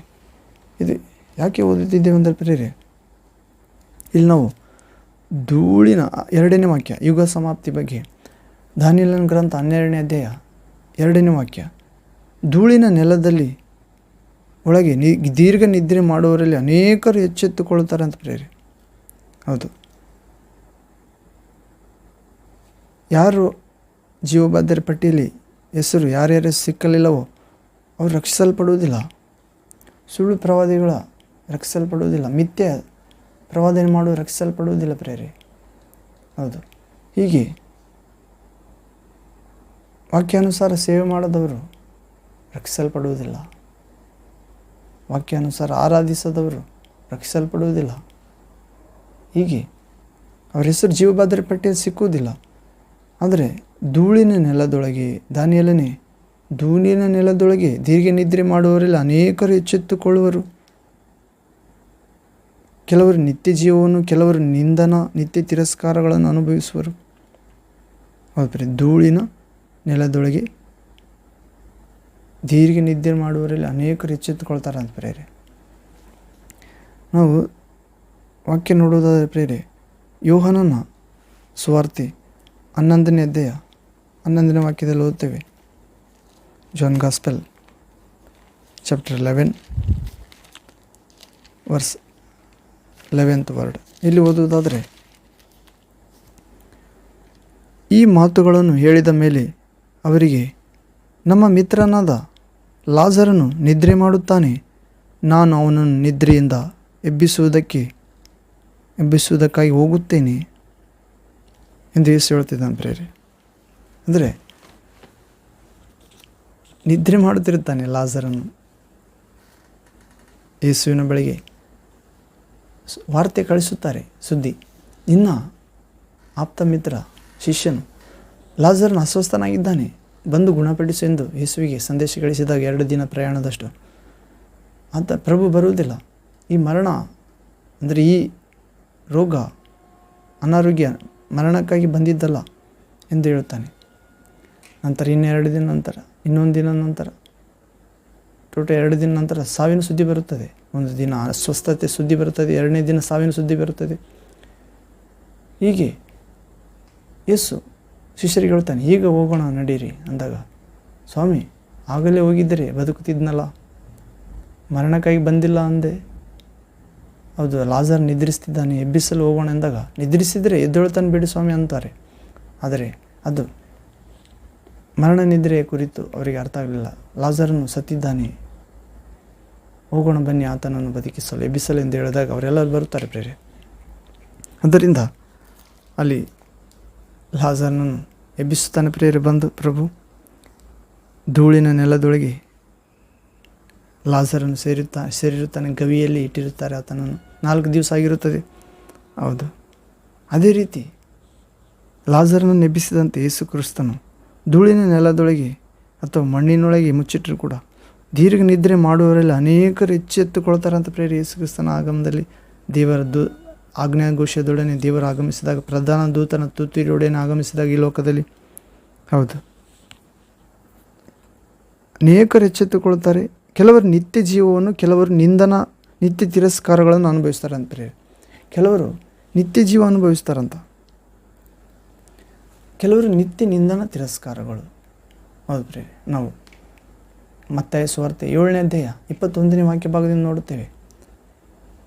ಅನೇಕರು ಆ ದಿನಗಳಲ್ಲಿ ನನಗೆ ಹೇಳುವರು, ಸ್ವಾಮಿ ನಿನ್ನ ಹೆಸರಿನಲ್ಲಿ ನಾವು ದೆವ್ವಗಳನ್ನು ಬಿಡಿಸಿದೆವು, ಪ್ರವಾದನೆ ಮಾಡಿದೆವು, ಮಹತ್ ಕಾರ್ಯಗಳನ್ನು ಮಾಡಿದೆವು, ನೀವು ನಮ್ಮೊಂದಿಗೆ ಊಟ ಮಾಡಿದಿರಿ, ನಮ್ಮ ಬೀದಿಗಳಲ್ಲಿ ಚಲಿಸಿದಿರಿ ಎಂದು ಹೇಳುತ್ತಾರೆ. ಆದರೆ ಯೇಸು ಕ್ರಿಸ್ತನು ಏನು ಅಂತಾನೆ ಪ್ರೇರೆ, ಅಧರ್ಮಿಗಳೇ ನನ್ನಿಂದ ತೊಲಗಿ ಹೋಗಿರಿ, ಅಕ್ರಮಿಗಳೇ. ಅಂದರೆ ಕ್ರಮವಾಗಿ ಅವರು ಸೇವೆ ಮಾಡಲಿಲ್ಲ, ಧರ್ಮವಾಗಿ ಜೀವಿಸಲಿಲ್ಲ, ಸ್ವಾರ್ಥವಾಗಿ ಅಧರ್ಮದಿಂದ ಜೀವಿಸಿದರು. ಅಧರ್ಮಿಗಳೇ, ಅಕ್ರಮಿಗಳೇ, ನನ್ನಿಂದ ತೊಲಗಿ ಹೋಗಿರಿ, ಇಂದಿಗೂ ನಿಮ್ಮ ಗುರುತನ್ನು ನಾನು ಕಾಣೆನು, ಗೊತ್ತಿಲ್ಲ ಅಂತಾನೆ ಪ್ರೇರೆ. ಹೌದು ಪ್ರೇರೆ, ಅವರು ಒಳ್ಳೆಯ ಮರವಾಗಿ ಜೀವಿಸಲಿಲ್ಲ. ಹೌದು, ಸಾಧ್ಯವಾದರೆ ದೇವರು ಆದುಕೊಂಡವರನ್ನು ಮೋಸಗೊಳಿಸುವಷ್ಟು ಅದ್ಭುತ ಸೂಚಕ ಕಾರ್ಯಗಳನ್ನು ಮಾಡುವವರು ಇವರೇ ಪ್ರೇರೆ. ಈಗ ಕ್ರಿಸ್ತ ಎಲ್ಲಿದ್ದಾನೆ, ಅಲ್ಲಿದ್ದಾನೆ, ಕೋಣೆಯಲ್ಲಿದ್ದಾನೆ, ಪೆಟ್ಟಿಗೆಯಲ್ಲಿದ್ದಾನೆ ಎಂದು ಹೇಳುವವರು ಪ್ರೇರೆ. ಇವರು ಸುಳ್ಳು ಕ್ರಿಸ್ತರು, ಸುಳ್ಳು ಪ್ರವಾದಿಗಳು ಎಂದು ವಾಕ್ಯ ಹೇಳ್ತಿದೆ. ಆದರೆ ಯೇಸು ಕ್ರಿಸ್ತನು ಎಲ್ಲಿ ಇಬ್ಬರು ಮೂವರು ನನ್ನ ಹೆಸರಿನಲ್ಲಿ ಸೇರಿ ಬರುತ್ತಾರೋ ಅವರ ಮಧ್ಯದಲ್ಲಿ ನಾನು ಇದ್ದೇನೆ ಎಂದಿದ್ದಾನೆ. ನೀನು ಪ್ರಾರ್ಥನೆ ಮಾಡಬೇಕಾದರೆ ನಿನ್ನ ಏಕಾಂತವಾದ ಕೋಣೆಯೊಳಗೆ ಹೋಗಿ ಅಂತರಂಗದಲ್ಲಿರುವ ತಂದೆಯಾದ ದೇವರಿಗೆ ಪ್ರಾರ್ಥನೆ ಮಾಡು. ಅಂತರಂಗದಲ್ಲಿ ತಂದೆ ಇದ್ದಾನೆ. ಪರಿಶುದ್ಧಾತ್ಮನಿಗಾಗಿ, ದೇವಕುಮಾರನ ಅಭಿಷೇಕಕ್ಕಾಗಿ, ಮಾರ್ಗದರ್ಶನಕ್ಕಾಗಿ, ಮರಣ ಗೆದ್ದ ಆತ್ಮಗಾಗಿ ಪ್ರಾರ್ಥಿಸಬೇಕಾಗಿದೆ. ಅಂತರಂಗದಲ್ಲಿ ನೋಡುವ ತಂದೆ ನಿನಗೆ ಪ್ರತಿಫಲ ಕೊಡುತ್ತಾನೆ. ಹೌದು ಪ್ರೇರೆ, ನಿತ್ಯ ಜೀವದ ಮಾರ್ಗ, ಬೆಳಕಿನ ಮಾರ್ಗ, ಜೀವ ಮಾರ್ಗ, ಬೇಡಿದ್ದಕ್ಕಿಂತ ಅಧಿಕವಾದ ಮಾಡುವ ದೈವಶಕ್ತಿಯ ಜ್ಞಾನ, ಪರಿಶುದ್ಧಾತ್ಮ ಜ್ಞಾನ. ಹೀಗೆ ಕೆಲವರು ನಿಂದನೆ, ನಿತ್ಯ ತಿರಸ್ಕಾರ ಹೊಂದುತ್ತಾರಂತ ಪ್ರೇರೆ. ಧೂಳಿನಿಂದ ಎದ್ದವರಲ್ಲಿ ನೋಡಿ ಪ್ರೇರೆ, ಪುನರುತ್ಥಾನ ಆದವರಲ್ಲಿ, ಸಮಾಧಿಯಿಂದ ಕ್ರಿಸ್ತೇಸುವನ್ನು ಜೀವಕ್ಕೆ ಎಬ್ಬಿಸಿದ ದೇವರಾತ್ಮ ಇವರಲ್ಲಿ ಕೂಡ ನೆಲೆಗೊಂಡಿರುತ್ತಾನೆ. ಯಾರ್ಯಾರು ನೆಲೆಗೊಂಡಿದ್ದಾನೋ ದೇವರಾತ್ಮ ಯಾರಲ್ಲಿ, ಅವರನ್ನು ಕೂಡ ದೇವರಾತ್ಮ ಎಬ್ಬಿಸುತ್ತಾನೆ. ಆದರೆ ಕೆಲವರು ನಿತ್ಯ ಜೀವವನ್ನು, ಕೆಲವರು ನಿಂದನ ತಿರಸ್ಕಾರಗಳನ್ನು ಅನುಭವಿಸ್ತಾರಂತ ಪ್ರೇರೆ. ನಾವು ನೋಡುತ್ತೇವೆ ಇಲ್ಲಿ ಮತ್ತಾಯ ಸುವಾರ್ತೆ 25ನೇ ಅಧ್ಯಾಯ 46ನೇ ವಾಕ್ಯದಲ್ಲಿ ಓದುತ್ತೇವೆ. Matthew gospel chapter 5 verse 46th word. Matthew Gospel chapter 25 verse 46th word. ಮತ್ತಾಯ ಸುವಾರ್ತೆ 25ನೇ ಅಧ್ಯಾಯ 46ನೇ ವಾಕ್ಯ. ಮತ್ತು ಇವರು ನಿತ್ಯ ಶಿಕ್ಷೆಗೂ, ಯಾರು ಅನೀತಿವಂತರು, ನೀತಿವಂತರು ನಿತ್ಯ ಜೀವಕ್ಕೂ ಹೋಗುವರು. ಪ್ರೇರೆ, ಕೆಲವರು ನಿತ್ಯ ಜೀವವನ್ನು ಅಂದರೆ ದೇವರ ಸೂರ್ಯನಂತೆ ಪ್ರಕಾಶಿಸಲು ದೇವರ ರಾಜ್ಯದೊಳಗೆ, ಪರಲೋಕದೊಳಗೆ, ಸ್ವರ್ಗದೊಳಗೆ ಪ್ರವೇಶ ಆಗುತ್ತಾರೆ. ಮತ್ತು ಅನೀತಿವಂತರು ದೇವರ ವಾಕ್ಯಕ್ಕೆ ವಿರೋಧವಾಗಿ ನಡೆದವರು, ದೇವರ ವಾಕ್ಯವನ್ನು ವಕ್ರವಾಗಿ ಮಾಡಿದವರು, ಹಣದಾಶೆಗೆ ಬಲಿಯಾದವರು, ಕಣ್ಣಿನಾಶೆ, ಬದುಕುವ ಡಂಬ, ಲೋಕಕ್ಕೆ ಬಲಿಯಾದವರು. ಪ್ರೇರೆ, ದೇವರ ಕಳಿಸದ ಸುಳ್ಳು ಪ್ರವಾದಿಗಳು, ಮಿಥ್ಯ ಪ್ರವಾದಿ ಮಾಡಿದವರು, ತಮ್ಮದೇ ಆದಂಥ ಸೇವೆ ಮಾಡಿದವರು, ಅವರು ದೇವರ ಸಾಲಿನಲ್ಲಿ, ದೇವಜನರ ಸಾಲಿನಲ್ಲಿ ಬರುವುದಿಲ್ಲ ಪ್ರೇರೆ, ವಾಗ್ದಾನ ದೇಶದಲ್ಲಿ ಸೇರುವುದಿಲ್ಲ. ಹೀಗೆ ಅವರು ನಿತ್ಯ ಶಿಕ್ಷೆಗೆ ಹೋಗ್ತಾರೆ ಪ್ರೇರೆ. ಧೂಳಿನಿಂದ ಎದ್ದವರಲ್ಲಿ ಕೆಲವರು ನಿತ್ಯ ಜೀವ, ಕೆಲವರು ನಿತ್ಯ ನಿಂದನ ತಿರಸ್ಕಾರಗಳಿಗೆ, ಹೌದು ಪ್ರೇರೆ, ಶಿಕ್ಷೆಗೆ ಹೋಗುತ್ತಾರೆ. ಹೌದು. ಮತ್ತು 3ನೇ ವಾಕ್ಯದಲ್ಲಿ ನೋಡ್ತೇವೆ, 3rd word, prophet Daniel chapter 12 verse 3rd word. ಜ್ಞಾನಿಗಳು ತೇಜೋಮಯವಾದ ಆಕಾಶ ಮಂಡಲದಂತೆ ಪ್ರಕಾಶಿಸ್ತಾರಂತ ಪ್ರೇರೆ. ಜ್ಞಾನಿಗಳಂದರೆ ಯಾರು ಪ್ರೇರೆ? ದೇವರ ವಾಕ್ಯದ ಪ್ರಕಾರ ನಡೆಯುವವರು, ಯೇಸು ಕ್ರಿಸ್ತನನ್ನು ಪ್ರೀತಿಸುವವರು, ವಾಕ್ಯದ ಪ್ರಕಾರ ನಡೆದು ಸಫಲರಾದವರು. ದಾನಿಯೇಲನ ಗ್ರಂಥ 11ನೇ ಅಧ್ಯಾಯ 33ನೇ ವಾಕ್ಯದಲ್ಲಿ ಓದ್ತೇವೆ. Daniel chapter 11 verse 33 word. ಇಲ್ಲಿ ಓದುವುದಾದರೆ, ಜನರಲ್ಲಿನ ಜ್ಞಾನಿಗಳು ಅನೇಕರಿಗೆ ವಿವೇಕ ಹೇಳಲಾಗಿ ಅವರು ಬಹು ದಿವಸ ಕತ್ತಿ, ಬೆಂಕಿ, ಸೆರೆ, ಸೂರ್ಯಗಳಿಗೆ ಸಿಕ್ಕಿಬೀಳುತ್ತಿರುವರು. ಜನರಲ್ಲಿನ ಜ್ಞಾನಿಗಳು ಇರ್ತಾರಂತ. ಆದರೆ ದೇವರ ಜೀವಬಾಧ್ಯರ ಪಟ್ಟಿಯಲ್ಲಿರುವ ಜ್ಞಾನಿಗಳು ಬೇರೆ ಪ್ರೇರೆ. ಪರಿಶುದ್ಧಾತ್ಮನ ಜ್ಞಾನ ಬೇರೆ, ದೇವರ ವಾಕ್ಯವಾದ ಯೇಸು ಕ್ರಿಸ್ತನ ಜ್ಞಾನ ಬೇರೆ. ಪರಲೋಕದಿಂದ ಇಳಿದು ಬರುವ ಜ್ಞಾನವಾದರೂ ಮೊದಲು ಪರಿಶುದ್ಧವಾದುದು, 2ನೇ ಸಮಾಧಾನವಾದದ್ದು, 3ನೇದು ವಿನಯತೆ ಉಳ್ಳದ್ದು, 4ನೇದು ಸಂತೋಷದಿಂದ ಒಪ್ಪಿಕೊಳ್ಳುವಂಥದ್ದು, 5ನೇದು ಸತ್ಕಾರ್ಯಗಳಿಂದ ಫಲಭರಿತವಾದಂಥದ್ದು. ಹೌದು ಪ್ರೇರೆ, ನೀತಿ ಎಂಬ ಬೀಜವನ್ನು ಬಿತ್ತಿ ನಿತ್ಯ ಜೀವ ಎಂಬ ಫಲವನ್ನು ಕೊಯ್ಯುವಂಥದ್ದು. ಹೀಗೆ ಜ್ಞಾನಿಗಳು ಅಂದರೆ ಯೇಸು ಕ್ರಿಸ್ತನ ಸುವಾರ್ತೆ ಸಾರುವವರು, ರಕ್ಷಣೆಯ ಶಿಲುಬೆಯ ಶಕ್ತಿಯ ಮಾರ್ಗದಲ್ಲಿ, ಪರಲೋಕ ಮಾರ್ಗದಲ್ಲಿ, ಪರಿಶುದ್ಧ ಮಾರ್ಗದಲ್ಲಿ, ಜೀವ ಮಾರ್ಗದಲ್ಲಿ ನಡೆಸಿದವರು ತೇಜೋಮಯವಾದ ಆಕಾಶದಂತೆ ಪ್ರಕಾಶಿಸ್ತಾರಂತ ಪ್ರೇರೆ. ಹೌದು. ನಾವು ಇನ್ನೊಂದು ವಾಕ್ಯ ನೋಡೋದಾದರೆ, ಮತ್ತಾಯ ಸುವಾರ್ತೆ 13ನೇ ಅಧ್ಯಾಯ 43ನೇ ವಾಕ್ಯದಲ್ಲಿ ಓದೋದಾದರೆ, Matthew gospel chapter 13 verse 43 word. ಮತ್ತಾಯನ ಸುವಾರ್ತೆ. Hallelujah, thank you Jesus. Praise to Jesus. ಮತ್ತಾಯನ ಸುವಾರ್ತೆ 13ನೇ ಅಧ್ಯಾಯ 43ನೇ ವಾಕ್ಯ. Matthew gospel chapter 13 verse 43 word. ಯೇಸುವೆ ಸ್ತೋತ್ರ, ಯೇಸುವೆ ವಂದನೆ. 46 word. Matthew gospel chapter 13 verse 46 word. ಇಲ್ಲಿ ಓದುವುದಾದರೆ,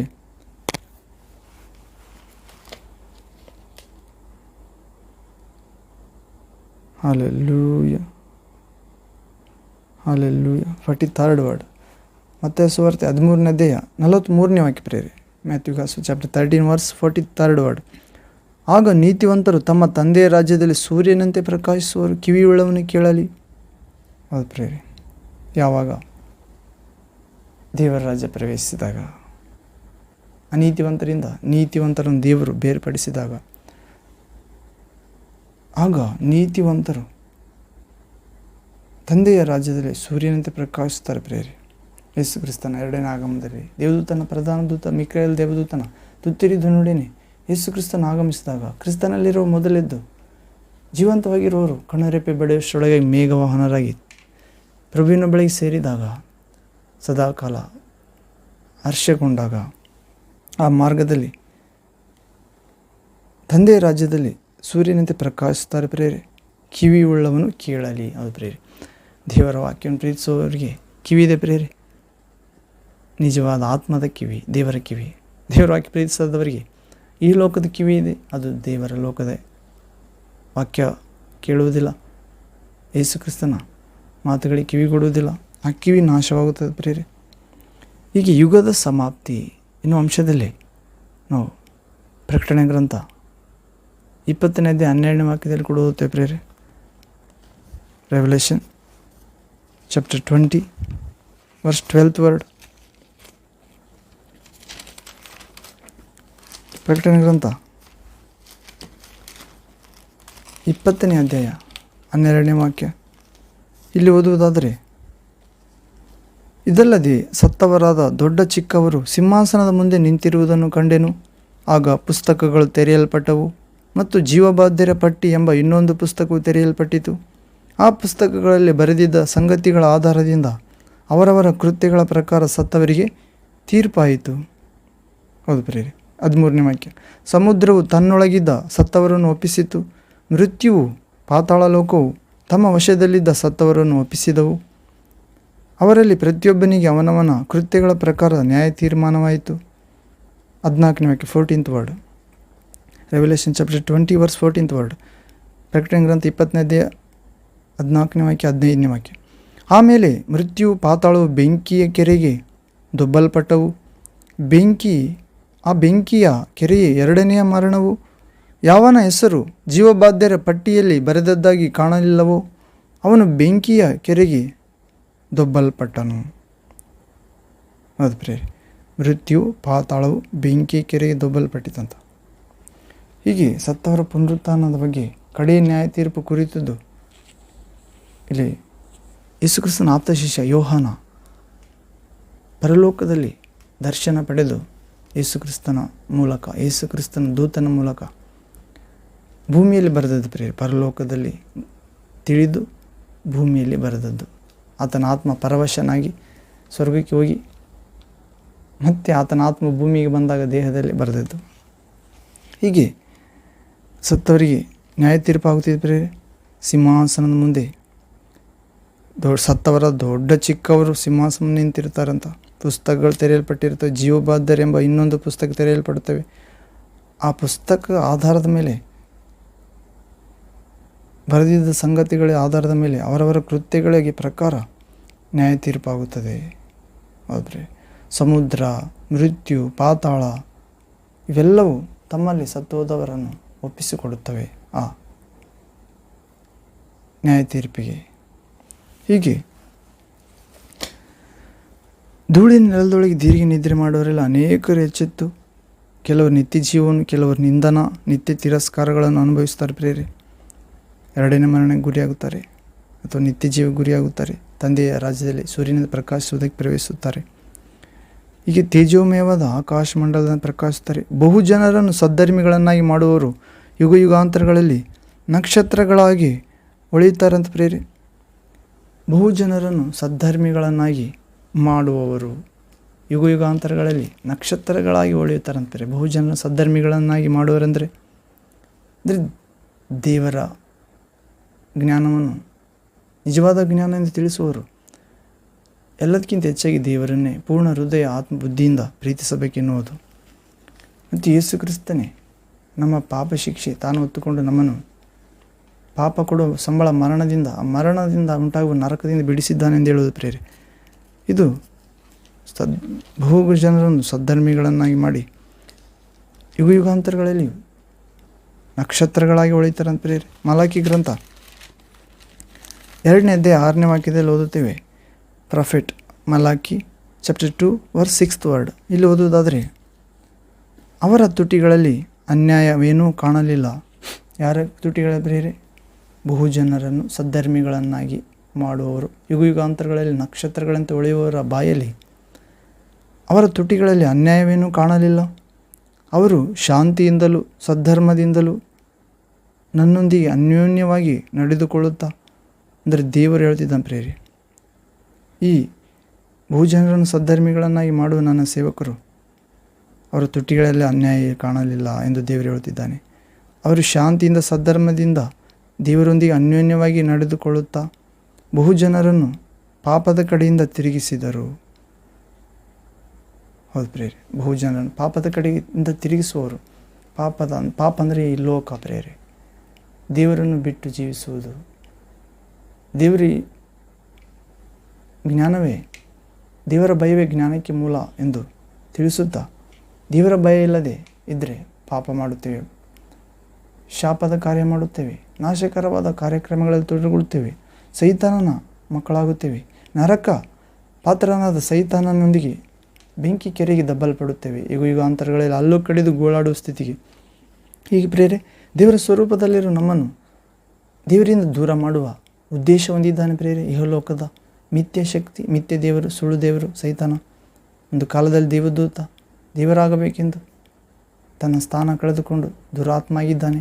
ದೇವರೆಂದೇ ಇಹಲೋಕದಲ್ಲಿ ತನ್ನನ್ನು ತಾನು ಹೆಚ್ಚಿಸಿಕೊಳ್ಳುತ್ತಿದ್ದಾನೆ. ಆತನು ಸ್ವರ್ಗದಿಂದ ಬೀಳುವಾಗ ಅನೇಕ ದೂತಗಣವನ್ನು 3 ನಕ್ಷತ್ರ ಗುಂಪಿನಲ್ಲಿ, 3 ದೇವದೂತರ ಗುಂಪಿನಲ್ಲಿ ಒಂದು ಗುಂಪನ್ನು ಕರಪ್ಟ್ ಮಾಡಿ ಕೆಡಿಸಿ ಅವರಿಗೂ ಕೂಡ ದೇವರನ್ನಾಗಿ ಮಾಡಿಸುತ್ತೇನೆಂದು ವಂಚಿಸಿ ಮೋಸಪಡಿಸಿ ಅವರನ್ನು ಕೂಡ ಕೆಡಿಸಿದ್ದಾನೆ. ಆ ಕೆಟ್ಟುವಾದ ದೇವದೂತ ಗಣವನ್ನು ಕೂಡ ದೇವರು ದೊಬ್ಬಿದ ಮಿಕಾಯಲ್ ಎಂಬ ಪ್ರಧಾನ ದೇವದೂತನ ಮುಖಾಂತರ. ಹೀಗೆ ಆ ದೇವದೂತರು ಈ ಲೋಕದಲ್ಲಿ ದೇವರುಗಳೆಂದು ಸಣ್ಣ ಪುಟ್ಟ ಗುಡಿಗಳನ್ನು ಕಟ್ಟಿಸಿಕೊಳ್ಳುತ್ತಾ ನಾಶನ ಮಾರ್ಗದಲ್ಲಿದ್ದವರಿಗೆ, ಲೋಕದಾಶೆ, ಕಣ್ಣಿನ ಶರೀರದಾಶೆ, ಬದುಕಬೇಕೆಂಬ ಗರ್ವದ ಜೀವಿತಕ್ಕೆ ಒಳಗಾಗುವವರಿಗೆ ದೇವರಾಗಿದ್ದಾರೆ ಪ್ರೇರವರು. ಯೇಸು ಕ್ರಿಸ್ತನವರಿಗೆ ದೇವರಲ್ಲ. ಯೇಸು ಕ್ರಿಸ್ತನ ಈ ಲೋಕದ ಬೆಳಕಾಗಿದ್ದಾನೆ ಪ್ರೇರೆ, ಪರಲೋಕದ ಬೆಳಕು, ನಮ್ಮ ಜೀವದ ಬೆಳಕು ಆತನೇ. ಸೈತಾನನಾದರೂ ಸೃಷ್ಟಿಕರ್ತನಿಂದ ತಯಾರಿಸಲ್ಪಟ್ಟ ಕೆಟ್ಟುವಾದ ದೂತ.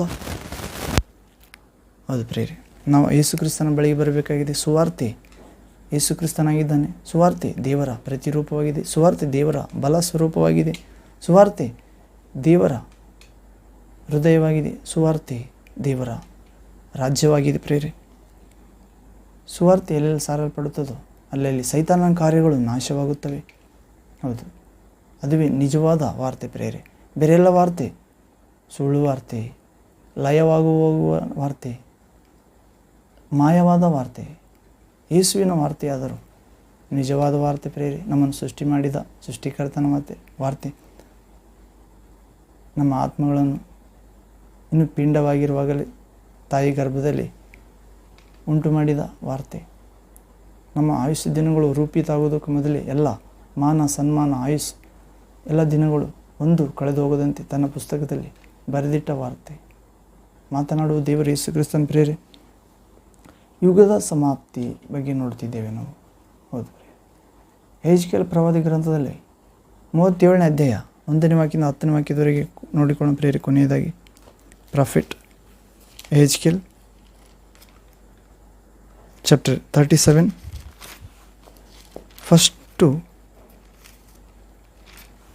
10th word.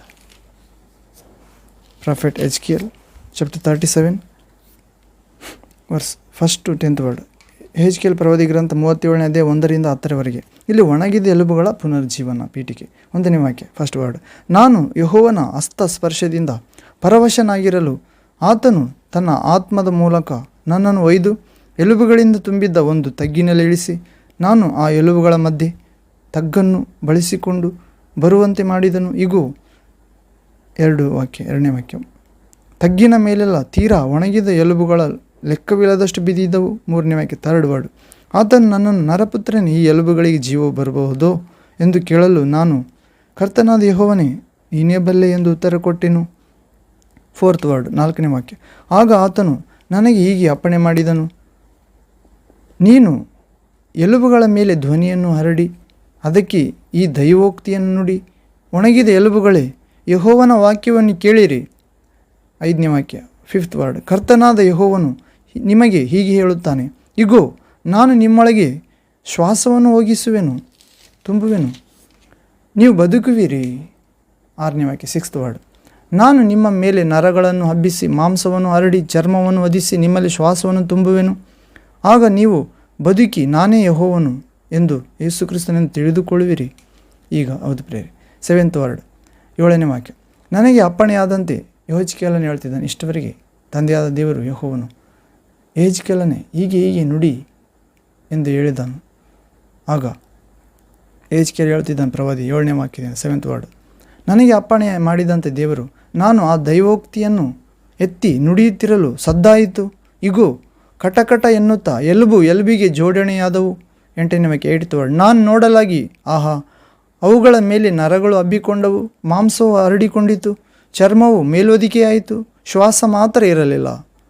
ಅಪ್ರೇ ದೇವರು ಯೆಹೆಜ್ಕೇಲನು ಹೇಳಿದಂತೆ ಯೆಹೆಜ್ಕೇಲನು ಹೇಳಿದನು. ಆಗ ಕಟಕಟ ಶಬ್ದ ಆಯ್ತಂತ ಪ್ರೇರೆ. ಎಲುಬಿಗೆ ಜೋಡಣೆ ಆದವು, ಮಾಂಸವು ನರಗಳು ಹಬ್ಬಿತ್ತು. ಅದು ಪ್ರೇರೆ. ಮತ್ತು ಮಾಂಸವು ಹರಡಿಕೊಂಡಿತ್ತು, ಅವುಗಳ ಮೇಲೆ ನರಗಳು ಮಾಂಸವು ಹರಡಿಕೊಂಡವು, ಚರ್ಮವು ಕೂಡ ಮೇಲೊದಿಕೆ ಆಯ್ತು ಅಂತ ಪ್ರೇರೆ. ಶ್ವಾಸ ಮಾತ್ರ ಇರಲಿಲ್ಲ, ಜೀವ ಶ್ವಾಸ. ಹೌದು. 9ನೇ ವಾಕ್ಯ 9th ವರ್ಡ್.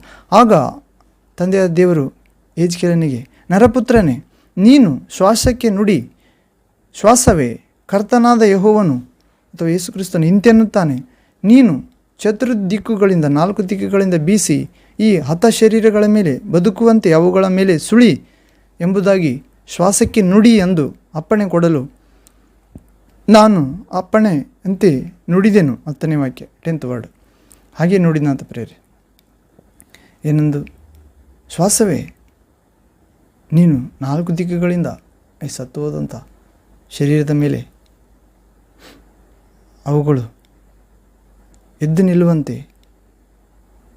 ಅವುಗಳ ಮೇಲೆ ಸುಳಿ ಎಂದು ಅಪ್ಪಣೆ ಕೊಡಲು, ಇಗೋ, ಶ್ವಾಸವು ಅವುಗಳಲ್ಲಿ ಹೊಕ್ಕಿತು. 10ನೇ ವಾಕ್ಯ. ಅಪ್ಪಣೆ ಕೊಡಲು ನಾನು ಅಪ್ಪಣೆಯಂತೆ ನುಡಿದೆನು, ಇಗೋ, ಶ್ವಾಸವು ಅವುಗಳಲ್ಲಿ ಹೊಕ್ಕಿತು, ಬದುಕಿದವು, ಕಾಲೂರಿ ನಿಂತವು, ಅತ್ಯಂತ ದೊಡ್ಡ ಸೈನ್ಯವಾದವು. ಹೌದು ಪ್ರೇರೆ. ಇದು ಯುಗದ ಸಮಾಪ್ತಿ. ಹೌದು ಪ್ರೇರೆ. ಅಥವಾ ದೇವ ಪ್ರವಾದಿಯಾದ ಯೆಹೆಜ್ಕೇಲನ ಮುಖಾಂತರ ಮಾಡಿಸಿದ ಕಾರ್ಯ ಪ್ರೇರೆ ಆತ್ಮಲೋಕದಲ್ಲಿ. ಆದರೆ ಯೇಸು ಕ್ರಿಸ್ತನ ಆಗಮಿಸುವಾಗ ಪ್ರತ್ಯಕ್ಷವಾಗಿ ಆತನ ಜನರು ಯೇಸು ಕ್ರಿಸ್ತನ ತಂದೆ ಈ ಲೋಕವನ್ನು ಎಷ್ಟು ಹೆಚ್ಚಾಗಿ ಪ್ರೀತಿಸಿ ತನ್ನ ಪ್ರಿಯ ಕುಮಾರನನ್ನು ಕೊಟ್ಟಿದ್ದಾನೆ. ಪರಲೋಕಕ್ಕೆ, ಸ್ವರ್ಗಕ್ಕೆ ಮಾರ್ಗವಾಗಿ ಪಾಪದಿಂದ ಬಿಡಿಸಲು, ಶಾಪದ ಜೀವಿತದಿಂದ ಬಿಡಿಸಲು, ಕತ್ತಲೆಯಿಂದ ಬಿಡಿಸಲು, ಅಜ್ಞಾನ, ಅಂಧಕಾರ, ಮರಣದಿಂದ ಬಿಡಿಸಲು ಯೇಸು ಕ್ರಿಸ್ತನೇ ಪರಲೋಕಕ್ಕೆ ಮಾರ್ಗ. ಯೇಸು ಕ್ರಿಸ್ತನೇ ಸತ್ಯ. ಈ ಲೋಕದ ಬಂಧನದಿಂದ, ಸೈತಾನ ಹಾಕಿದ ಪಾಪ ಇಚ್ಛೆಗಳ ಬಂಧನದಿಂದ, ಕಣ್ಣಿನ ಶರೀರದಾಶೆ, ಬದುಕು ಬಾಳಿನ ಡಂಬ ಎಂಬ ಬಂಧನದಿಂದ ಬಿಡುಗಡೆ ಮಾಡುವ, ಸ್ವತಂತ್ರ ಮಾಡುವಾತನು ಸಮೃದ್ಧಿ ಜೀವದಾಯಕನಾದ ದೇವರು. ಹೌದು ಪ್ರೇರೆ. ಈ ಲೋಕದ ಜೀವ ನಾಶವಾಗುತ್ತದೆ, ಶರೀರ ಸಂಬಂಧವಾಗಿದೆ. ಯೇಸು ಕ್ರಿಸ್ತನ ಜೀವವಾದರೂ ಶಾಶ್ವತವಾಗಿದೆ, ಆತ್ಮ ಸಂಬಂಧವಾಗಿದೆ, ಭೂಮಿಯಲ್ಲಿ ಸ್ವರ್ಗದಲ್ಲಿ ಸರ್ವಾಧಿಕಾರ ಉಳ್ಳದಾಗಿದೆ, ನಿತ್ಯ ಜೀವವಾಗಿದೆ. ಹೀಗೆ ಪ್ರೇರೆ ಯೆಹೆಜ್ಕೇಲನ ಮುಖಾಂತರ ದೇವರು ಒಣಗಿದ ಎಲುಬುಗಳನ್ನು ಒಂದುಗೂಡಿಸಿದನು, ನರಗಳನ್ನು ಮಾಂಸವನ್ನು ಒದಿಸಿದನು, ಜೀವಶ್ವಾಸಕ್ಕೆ ನುಡಿದನು. 4 ದಿಕ್ಕುಗಳಿಂದ ಬಂದು ಶರೀರಗಳ ಒಳಗೆ ಸುಳಿಯಿತು, ಒಕ್ಕಿತು. ಎದ್ದು ದೊಡ್ಡ ಸೈನ್ಯವಾದವು ಪ್ರೇರೆ. ಹೌದು, ಯಾರಿವರು? ಇಸ್ರಾಯೇಲರ ಜನ ಪ್ರೇರೆ. ಎಲ್ಲರೂ ಇಸ್ರಾಯೇಲರು ದೇವಜನರೇ ಆಗಿದ್ದರು. 13ನೇ ವಾಕ್ಯ ನೋಡೋಣ ಪ್ರೇರೆ. ಪ್ರಾಫೆಟ್ ಯೆಹೆಜ್ಕೇಲ್ ಚಾಪ್ಟರ್ 37 ವರ್ಸ್ 13th ವರ್ಡ್. ನನ್ನ ಜನರೇ, ನಾನು ನಿಮ್ಮ ಗೋರಿಗಳನ್ನು ತೆರೆದು ಅವುಗಳೊಳಗಿಂದ ನಿಮ್ಮನ್ನು ಎಬ್ಬಿಸಿದಾಗ ನಾನೇ ಯೆಹೋವನು ಅಥವಾ ಯೇಸು ಕ್ರಿಸ್ತನು ಎಂದು ನಿಮಗೆ ದೃಢವಾಗುವುದು. 14ನೇ ವಾಕ್ಯ 14th ವರ್ಡ್. ನಾನು ನನ್ನ ಶ್ವಾಸವನ್ನು ನಿಮ್ಮಲ್ಲಿ ಹೋಗಿಸಿ ನಿಮ್ಮನ್ನು ಬದುಕಿಸಿ ನಿಮ್ಮ ದೇಶದಲ್ಲಿ ನೆಲೆಗೊಳಿಸುವೆನು. ಅಂದರೆ ಶ್ವಾಸ ಅಂದರೆ ಆವಾಗ ಜೀವ ಪ್ರೇರೆ. ಒಡಂಬಡಿಕೆ ಪ್ರಕಾರ, ಹೊಸ ಒಡಂಬಡಿಕೆ ಪ್ರಕಾರ ಪರಿಶುದ್ಧ ಆತ್ಮ, ದೇವರ ಜೀವ. ನಾನು ನನ್ನ ಶ್ವಾಸವನ್ನು, ನನ್ನ ಆತ್ಮವನ್ನು ನಿಮ್ಮಲ್ಲಿ ಹೋಗಿಸಿ ನಿಮ್ಮನ್ನು ಬದುಕಿಸಿ ನಿಮ್ಮ ದೇಶದೊಳಗೆ ನೆಲೆಗೊಳಿಸುವೆನು. ಆಗ ಯೆಹೋವನಾದ ನಾನೇ ಇದನ್ನು ನುಡಿದಿದ್ದೇನೆ, ನಡೆಸಿದ್ದೇನೆ ಎಂದು ತಿಳಿದುಕೊಳ್ಳುವಿರಿ. ಇದು ಯೆಹೋವನ ಸಂಕಲ್ಪ, ಯೇಸು ಕ್ರಿಸ್ತನ ಆತ್ಮಸ್ವರೂಪ ದೇವರ ಸಂಕಲ್ಪ ಪ್ರೇರೆ. ನಮ್ಮೆಲ್ಲರನ್ನು ತನ್ನ ದೂತರ ಮುಖಾಂತರ ಭೂಲೋಕದ ಒಂದು ಕಡೆಯಿಂದ ಇನ್ನೊಂದು ಕಡೆಗೆ ಎಲ್ಲರನ್ನು ಸಮಾಧಿ ಎಬ್ಬಿಸುತ್ತಾನೆ ಪ್ರೇರೆ. ರೆಪ್ಪೆ ಬಡಿಯುವಷ್ಟರೊಳಗಾಗಿ ಆಕಾಶದ ಮೇಘದಲ್ಲಿ ಆತನನ್ನು ಸೇರಲು ಕರೆದೊಯ್ಯುತ್ತಾನೆ. ಯುಗದ ಸಮಾಪ್ತಿಯಲ್ಲಿ ಇನ್ನೂ ಅನೇಕ ವಿಷಯಗಳು ನಡೆಯುತ್ತವೆ ಪ್ರೇರೆ. ನಾವು ಕೊನೆಯದಾಗಿ ನೋಡಿದೆವು, ಬಹು ಜನರನ್ನು ಸದ್ಧರ್ಮಿಗಳನ್ನಾಗಿ ಮಾಡುವವರು. ದಾನಿಯೇಲನ ಗ್ರಂಥ 12ನೇ ಅಧ್ಯಾಯ 3ನೇ ವಾಕ್ಯದ ಕೊನೆಯ ಭಾಗ ಪ್ರೇರೆ. ಬಹು ಜನರನ್ನು ಸದ್ಧರ್ಮಿಗಳನ್ನಾಗಿ ಮಾಡುವವರು ಯುಗ ಯುಗಾಂತರಗಳಲ್ಲಿ ನಕ್ಷತ್ರಗಳಾಗಿ ಹೊಳೆಯುತ್ತಾರಂತ. ದಾನಿಯೇಲನೇ 4ನೇ ವಾಕ್ಯ 4th ವರ್ಡ್. ದಾನಿಯೇಲನೇ, ನೀನು ಈ ಮಾತುಗಳನ್ನು ಮುಚ್ಚಿಡು, ಅವುಗಳನ್ನು ಬರೆಯುವ ಗ್ರಂಥಕ್ಕೆ ಮುದ್ರೆ ಹಾಕು. ಅಂತ್ಯಕಾಲದವರೆಗೆ ಮರೆಯಾಗಿರಲಿ. ಬಹು ಜನರು ಅತ್ತಿತ್ತ ತಿರುಗುವರು, ತಿಳುವಳಿಕೆ ಹೆಚ್ಚುವುದು. ದೇವರು ದಾನಿಯೇಲನಿಗೆ ಹೇಳ್ತಾನೆ, ದಾನಿಯೇಲನೇ, ನೀನು ಬರೆಯುತ್ತಿರುವ ಈ ಗ್ರಂಥಕ್ಕೆ ಏನು ಮಾಡು, ಮುಚ್ಚಿಡು. ಈ ಗ್ರಂಥ ಯಾವುದು? ಯುಗದ ಸಮಾಪ್ತಿಯ ಬಗ್ಗೆ ಮಾತಾಡುವುದು. ಮತ್ತು ಆ ಕಾಲದಲ್ಲಿ ಮಿಕಾಯಲ್ ದೇವದೂತನು ಎದ್ದೇಳುತ್ತಾನೆ ಎನ್ನುವ ವಿಷಯ, ಅಂದಿನವರೆಗೆ ಸಂಭವಿಸದ ಸಂಕಟ ಸಂಭವಿಸುತ್ತದೆ ಎನ್ನುವ ವಿಷಯ, ಯಾರ್ಯಾರ ಹೆಸರುಗಳು ಜೀವಬಾಧ್ಯರ ಪಟ್ಟಿಯಲ್ಲಿ ಸಿಕ್ಕುವವು ಎನ್ನುವ ಅಂಶ. ಧೂಳಿನಲ್ಲಿ ನಿದ್ರೆ ಮಾಡುವವರು ಅನೇಕರು ಎಚ್ಚೆತ್ತುಕೊಳ್ಳುತ್ತಾರೆ. ಆ ಎಚ್ಚೆತ್ತುಕೊಂಡವರಲ್ಲಿ ಕೆಲವರು ನಿಂದನೆ, ನಿತ್ಯ ತಿರಸ್ಕಾರ ಅನುಭವಿಸ್ತಾರೆ, ಕೆಲವರು ನಿತ್ಯ ಜೀವ ಎನ್ನುವ ಅಂಶ. ಜ್ಞಾನಿಗಳು ತೇಜೋಮಯವಾದ ಆಕಾಶ ಮಂಡಲದಂತೆ ಪ್ರಕಾಶಿಸುತ್ತಾರೆ ಎನ್ನುವ ಅಂಶ. ಬಹುಜನರನ್ನು ಸದ್ಧರ್ಮಿಗಳನ್ನಾಗಿ ಮಾಡುವರು, ಯುಗ ಯುಗಾಂತರಗಳಲ್ಲಿ ನಕ್ಷತ್ರಗಳಾಗಿ ಹೊಳೆಯುವರು ಎನ್ನುವ ಅಂಶ ಪ್ರೇರೆ. ಹೌದು, ದಾನಿಯೇಲನೇ, ನೀನು ಕಂಡ ಈ ಮಾತುಗಳನ್ನು ಮುಚ್ಚಿ ಮುದ್ರಿಸು. ಈ ಗ್ರಂಥಕ್ಕೆ ಮುದ್ರೆ ಹಾಕು, ಅವುಗಳನ್ನು ಬರೆಯುವ ಗ್ರಂಥಕ್ಕೆ ಮುದ್ರೆ ಹಾಕು. ಮತ್ತು ಅಂತ್ಯಕಾಲದವರೆಗೆ ಮರೆಯಾಗಿರಲಿಲ್ಲ. ಅಂತ್ಯಕಾಲ ಅಂದರೆ ಯೇಸು ಕ್ರಿಸ್ತನ ಆಗಮನದವರೆಗೆ. ಹೌದು ಪ್ರೇರೆ. ಪೌಲನು ಕೂಡ ಹೇಳ್ತಿದ್ದಾನೆ, ಇದು ಅಂತ್ಯಕಾಲ. ಯೇಸು ಕ್ರಿಸ್ತನು ಹೇಳ್ತಿದ್ದಾನೆ, ಇದು ಅಂಧಕಾರದ ಸಮಯ ಎಂದು. ಹೌದು ಪ್ರೇರೆ. ಈ ಕಾಲದವರೆಗೆ ಮರೆಯಾಗಿತ್ತು ಪ್ರೇರೆ. ಯೇಸು ಕ್ರಿಸ್ತನ ಕಾಲದವರೆಗೆ. ಯೇಸು ಕ್ರಿಸ್ತನ ಕಾಲದ ನಂತರ ಪೌಲನ ಕಾಲದಲ್ಲಿ ಪವಿತ್ರ ಗ್ರಂಥದ ಮುಖಾಂತರ, ಪರಿಶುದ್ಧಾತ್ಮ ಮುಖಾಂತರ ಪ್ರಕಟಿಸಲಾಗಿದೆ. ಯೇಸು ಕ್ರಿಸ್ತನೇ ಪ್ರಕಟಿಸಿದ್ದಾನೆ ಪ್ರೇರೆ. ಹೌದು, ಬಹು ಜನರು ಅತ್ತಿತ್ತ ತಿರುಗುತ್ತಾರಂತ. ಯಾವುದಕ್ಕಾಗಿ? ಈ ಯುಗ ಸಮಾಪ್ತಿಯ ಬಗ್ಗೆ ಜ್ಞಾನಕ್ಕಾಗಿ, ತಿಳುವಳಿಕೆಯು ಹೆಚ್ಚುವುದು. ಹೌದು ಪ್ರೇರೆ. ಬಹು ಜನರು ಅತ್ತಿತ್ತ ತಿರುಗಾಡುತ್ತಾರಂತ. ನಾವು ಕೊನೆಯದಾಗಿ ಒಂದು ವಾಕ್ಯ ನೋಡೋದಾದರೆ, ಹಲ್ಲೆಲೂಯಾ, ಆಮೋಸ್ ಪ್ರವಾದಿ ಗ್ರಂಥ 8ನೇ ಅಧ್ಯಾಯ 12ನೇ ವಾಕ್ಯ ಪ್ರೇರೆ. Prophet Amos chapter 8 verse 12th word. ಇಲ್ಲಿ ಓದುವುದಾದರೆ, ಸಮುದ್ರದಿಂದ ಸಮುದ್ರಕ್ಕೆ, ಬಡಗಲಿಂದ ಮೂಡಲಿಗೆ ಬಳಲುತ್ತಾ ಹೋಗುವರು, ಯೆಹೋವನ ವಾಕ್ಯವನ್ನು ಹುಡುಕುತ್ತಾ ಓಡಾಡುವರು, ಆದರೂ ಅದು ಸಿಕ್ಕದು. 13ನೇ ವಾಕ್ಯ. ಆ ದಿನದಲ್ಲಿ ಯುವಕರು, ಸುಂದರ ಯುವತಿಯರು ಬಾಯಾರಿಕೆಯಿಂದ ಮೂರ್ಛೆ ಹೋಗುವರು. 14ನೇ ವಾಕ್ಯ 14th ವರ್ಡ್. ದಾನೆ ನಿನ್ನ ದೇವರ ಜೀವದಾಣೆ ಎಂತಲೂ ಬೆರ್ಷೆಬ ಮಾರ್ಗದ ಜೀವದಾಣೆ ಎಂತಲೂ ಸಮಾರ್ಯದ ಪಾಪಮೂರ್ತಿಯ ಮೇಲೆ ಪ್ರಮಾಣ ಮಾಡುವವರು ಬಿದ್ದು ಹೋಗುವರು ಮತ್ತೆ ಹೇಳರು. ಹೌದ್ರಿ. ಅಂದರೆ ಇವರು ಕ್ರೈಸ್ತರ ಹೆಸರಿಗಿರ್ತಾರೆ ಪ್ರೇರೆ, ಅಥವಾ ಅನ್ಯ ಜನರಾಗಿರುತ್ತಾರೆ. ಯೇಸುವನ್ನು ದೂರದಿಂದ ವಿಶ್ವಾಸಿಸುತ್ತಿರುತ್ತಾರೆ. ಪೂರ್ಣವಾಗಿ ಹೃದಯ, ಬುದ್ಧಿ, ಆತ್ಮ, ಶಕ್ತಿಯಿಂದ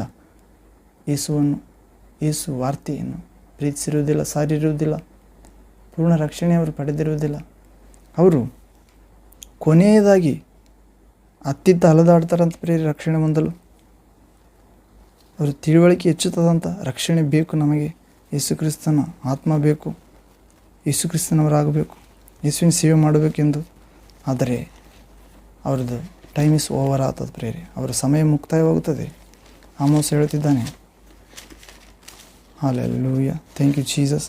ಅತ್ತಿತ್ತ ತಿರುಗಾಡ್ತಾರಂತ ಪ್ರೇರಿ. ಸುಂದರ ಯುವತಿಯರು, ಯುವಕರು ತಿರುಗಾಡ್ತಾರೆ, ಆದರೂ ದೇವರ ವಾಕ್ಯ ಅವರಿಗೆ ಸಿಕ್ಕುವುದಿಲ್ಲ.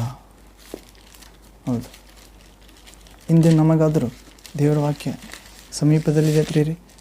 ಓದಿದರೆ ಬಾಯಲ್ಲಿದೆ, ಯೇಸುವೆ ಪ್ರಭು ಎಂದು ಬಾಯಿಂದ ನಿವೇದಿಸಿ ಹೃದಯದಿಂದ ಯೇಸು ಕ್ರಿಸ್ತನ ತಂದೆಯಾದ ದೇವರು ಜೀವಕ್ಕೆ ಎಬ್ಬಿಸಿದ್ದಾನೆಂದು ನಂಬಿದರೆ ನಾವು ರಕ್ಷಣೆ ಹೊಂದುತ್ತೇವೆ ಎಂದು ಹೇಳುತ್ತಿದ್ದಾನೆ. ಹೌದು, ಅಂತ ಪರಿಶುದ್ಧ ಗ್ರಂಥ ಕೊಟ್ಟಿದ್ದ ದೇವರಿಗೆ ಸ್ತೋತ್ರ ಪ್ರೇರಿ. ಯುಗದ ಸಮಾಪ್ತಿ ಬಗ್ಗೆ ಧ್ಯಾನಿಸ್ತಿದ್ದೇವೆ ಪ್ರೇರಿ.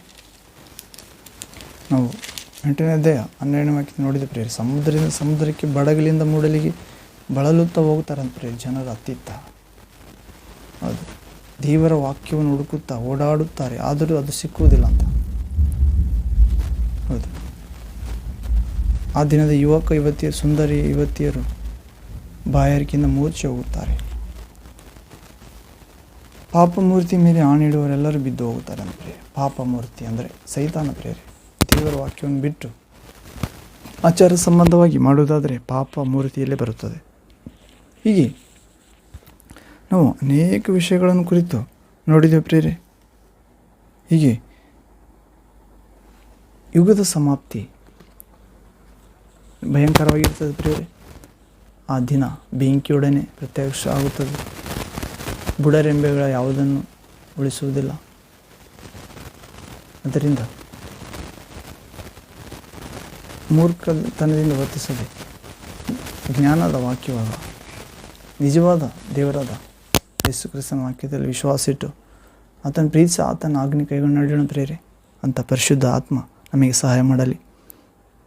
ಯುಗದ ಸಮಾಪ್ತಿಯವರೆಗೂ ನಿಮ್ಮೊಂದಿಗಿದ್ದೇನೆ ಎಂದ ಪ್ರಭು ಯುಗ ಸಮಾಪ್ತಿ ಬಗ್ಗೆ ನಮಗೆ ನಿಜವಾದ ರಕ್ಷಣೆಯ ಜ್ಞಾನ ನೀಡಲಿ, ಅನೇಕರಿಗೆ ನೀಡುವಂತಾಗಲಿ. ಯೇಸು ಕ್ರಿಸ್ತ ನಾಮದ ತಂದೆ, ಮಹಿಮೆ ನಿಮಗೆ. ಆಮೇನ್ ಆಮೇನ್. ಪ್ರೇಯರ್ ಪ್ರಾರ್ಥನೆ ಮಾಡಿ ಮುಕ್ತಾಯ ಮಾಡೋಣ. ಪ್ರಾರ್ಥನೆ ನನ್ನೊಂದಿಗೆ ಏಕೀಭವಿಸಿರಿ. ಪ್ರೇಯರ್. ತಂದೆಯೇ, ಸರ್ವಶಕ್ತನಾದ ದೇವರೇ, ಪರಿಶುದ್ಧನೇ ಪರಿಶುದ್ಧನೇ ಪರಿಶುದ್ಧನೇ, ಜ್ಞಾನ ನಿಧಿಯಾದ ದೇವರೇ, ಮಹಿಮಾನ್ವಿತನೇ, ಯೇಸು ಕ್ರಿಸ್ತ ನಾಮದಲ್ಲಿ ನಿಮ್ಮ ಮಕ್ಕಳಾಗುವಂತೆ ಅಧಿಕಾರ ನೀಡಿದ ಆತನೇ ನಿಮಗೆ ಸ್ತೋತ್ರ. ತಂದೆ ಯೇಸು ನಾಮದಲ್ಲಿ, ಯೇಸು ಕ್ರಿಸ್ತನೇ ವಾಕ್ಯವಾದ ದೇವರೇ, ದೇವರ ಪ್ರತಿರೂಪನೆ ಸ್ವಾಮಿ, ಇಂದು ನಾಳೆ ನೀವು ಮೇಘದಲ್ಲಿ ಪ್ರತ್ಯಕ್ಷ ಆಗಲಿರುವಿರಿ. ಮಹಿಮಾನ್ವಿತನಾಗಿ ನಿಮ್ಮ ಮಹಿಮಾ ಲೋಕಕ್ಕೆ ನಿಮ್ಮ ಶಿಷ್ಯರನ್ನು, ಭಕ್ತರನ್ನು, ವಿಶ್ವಾಸಿಗಳ ಮಕ್ಕಳನ್ನು ಕರೆದುಕೊಂಡು ಹೋಗಲು ಬರಲಿದ್ದೀರಿ. ಅದು ಪ್ರಭೆ, ಅಂತ ಮಹಿಮಾ ಲೋಕಕ್ಕೆ ನೀವು ಬರಲಿರುವಾಗ ನಮ್ಮಲ್ಲಿ ವಿಶ್ವಾಸ ಇರುವುದನ್ನು ಅನುಗ್ರಹಿಸಿರಿ.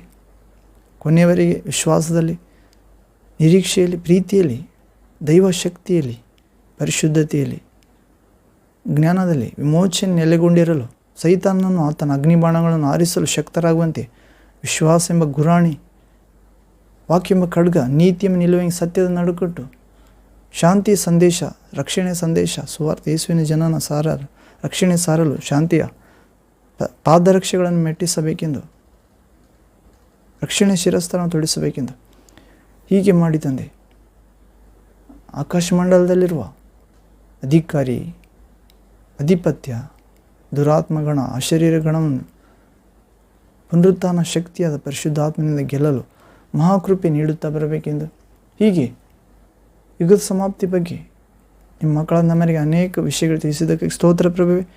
ಕೇಳಿದ ಈ ಮಾತುಗಳನ್ನು, ವಾಕ್ಯಗಳನ್ನು ನಮ್ಮ ಎಲ್ಲರ ಆತ್ಮದ ಲಾಭಕ್ಕಾಗಿ, ರಕ್ಷಣೆಗಾಗಿ, ನಮ್ಮ ದೇಹ, ಆತ್ಮ, ಪ್ರಾಣಗಳು ನಿಮ್ಮ ಆಗಮನದಲ್ಲಿ ಸುರಕ್ಷಿತವಾಗಿ ಇರುವಂತೆ ಈ ವಾಕ್ಯ ಭಾಗ ನಮ್ಮೆಲ್ಲರಿಗೆ ಬೆಳಕಾಗಿ, ಅಗ್ನಿಯಾಗಿ, ಜೀವಜಲಾಗಿ ಮಾರ್ಪಡುವಂತೆ ಅನುಗ್ರಹಿಸಬೇಕೆಂದು ಯೇಸು ಕ್ರಿಸ್ತ ಸರ್ವಾಧಿಕಾರ, ರಕ್ಷಣೆಯ ಬೆಳಕಿನ ಜಯದ ನಾಮದಲ್ಲಿ ಪ್ರಾರ್ಥಿ ಬೇಡುವಂದಿದ್ದೇವೆ ತಂದೆ, ನಿತ್ಯ ಜೀವದ ಒಡೆಯನೇ ಯೇಸು ನಾಮದಲ್ಲಿ. Amen, amen. Thank you father, thank you Jesus Christ, thank you holy ghost fire, living water flow.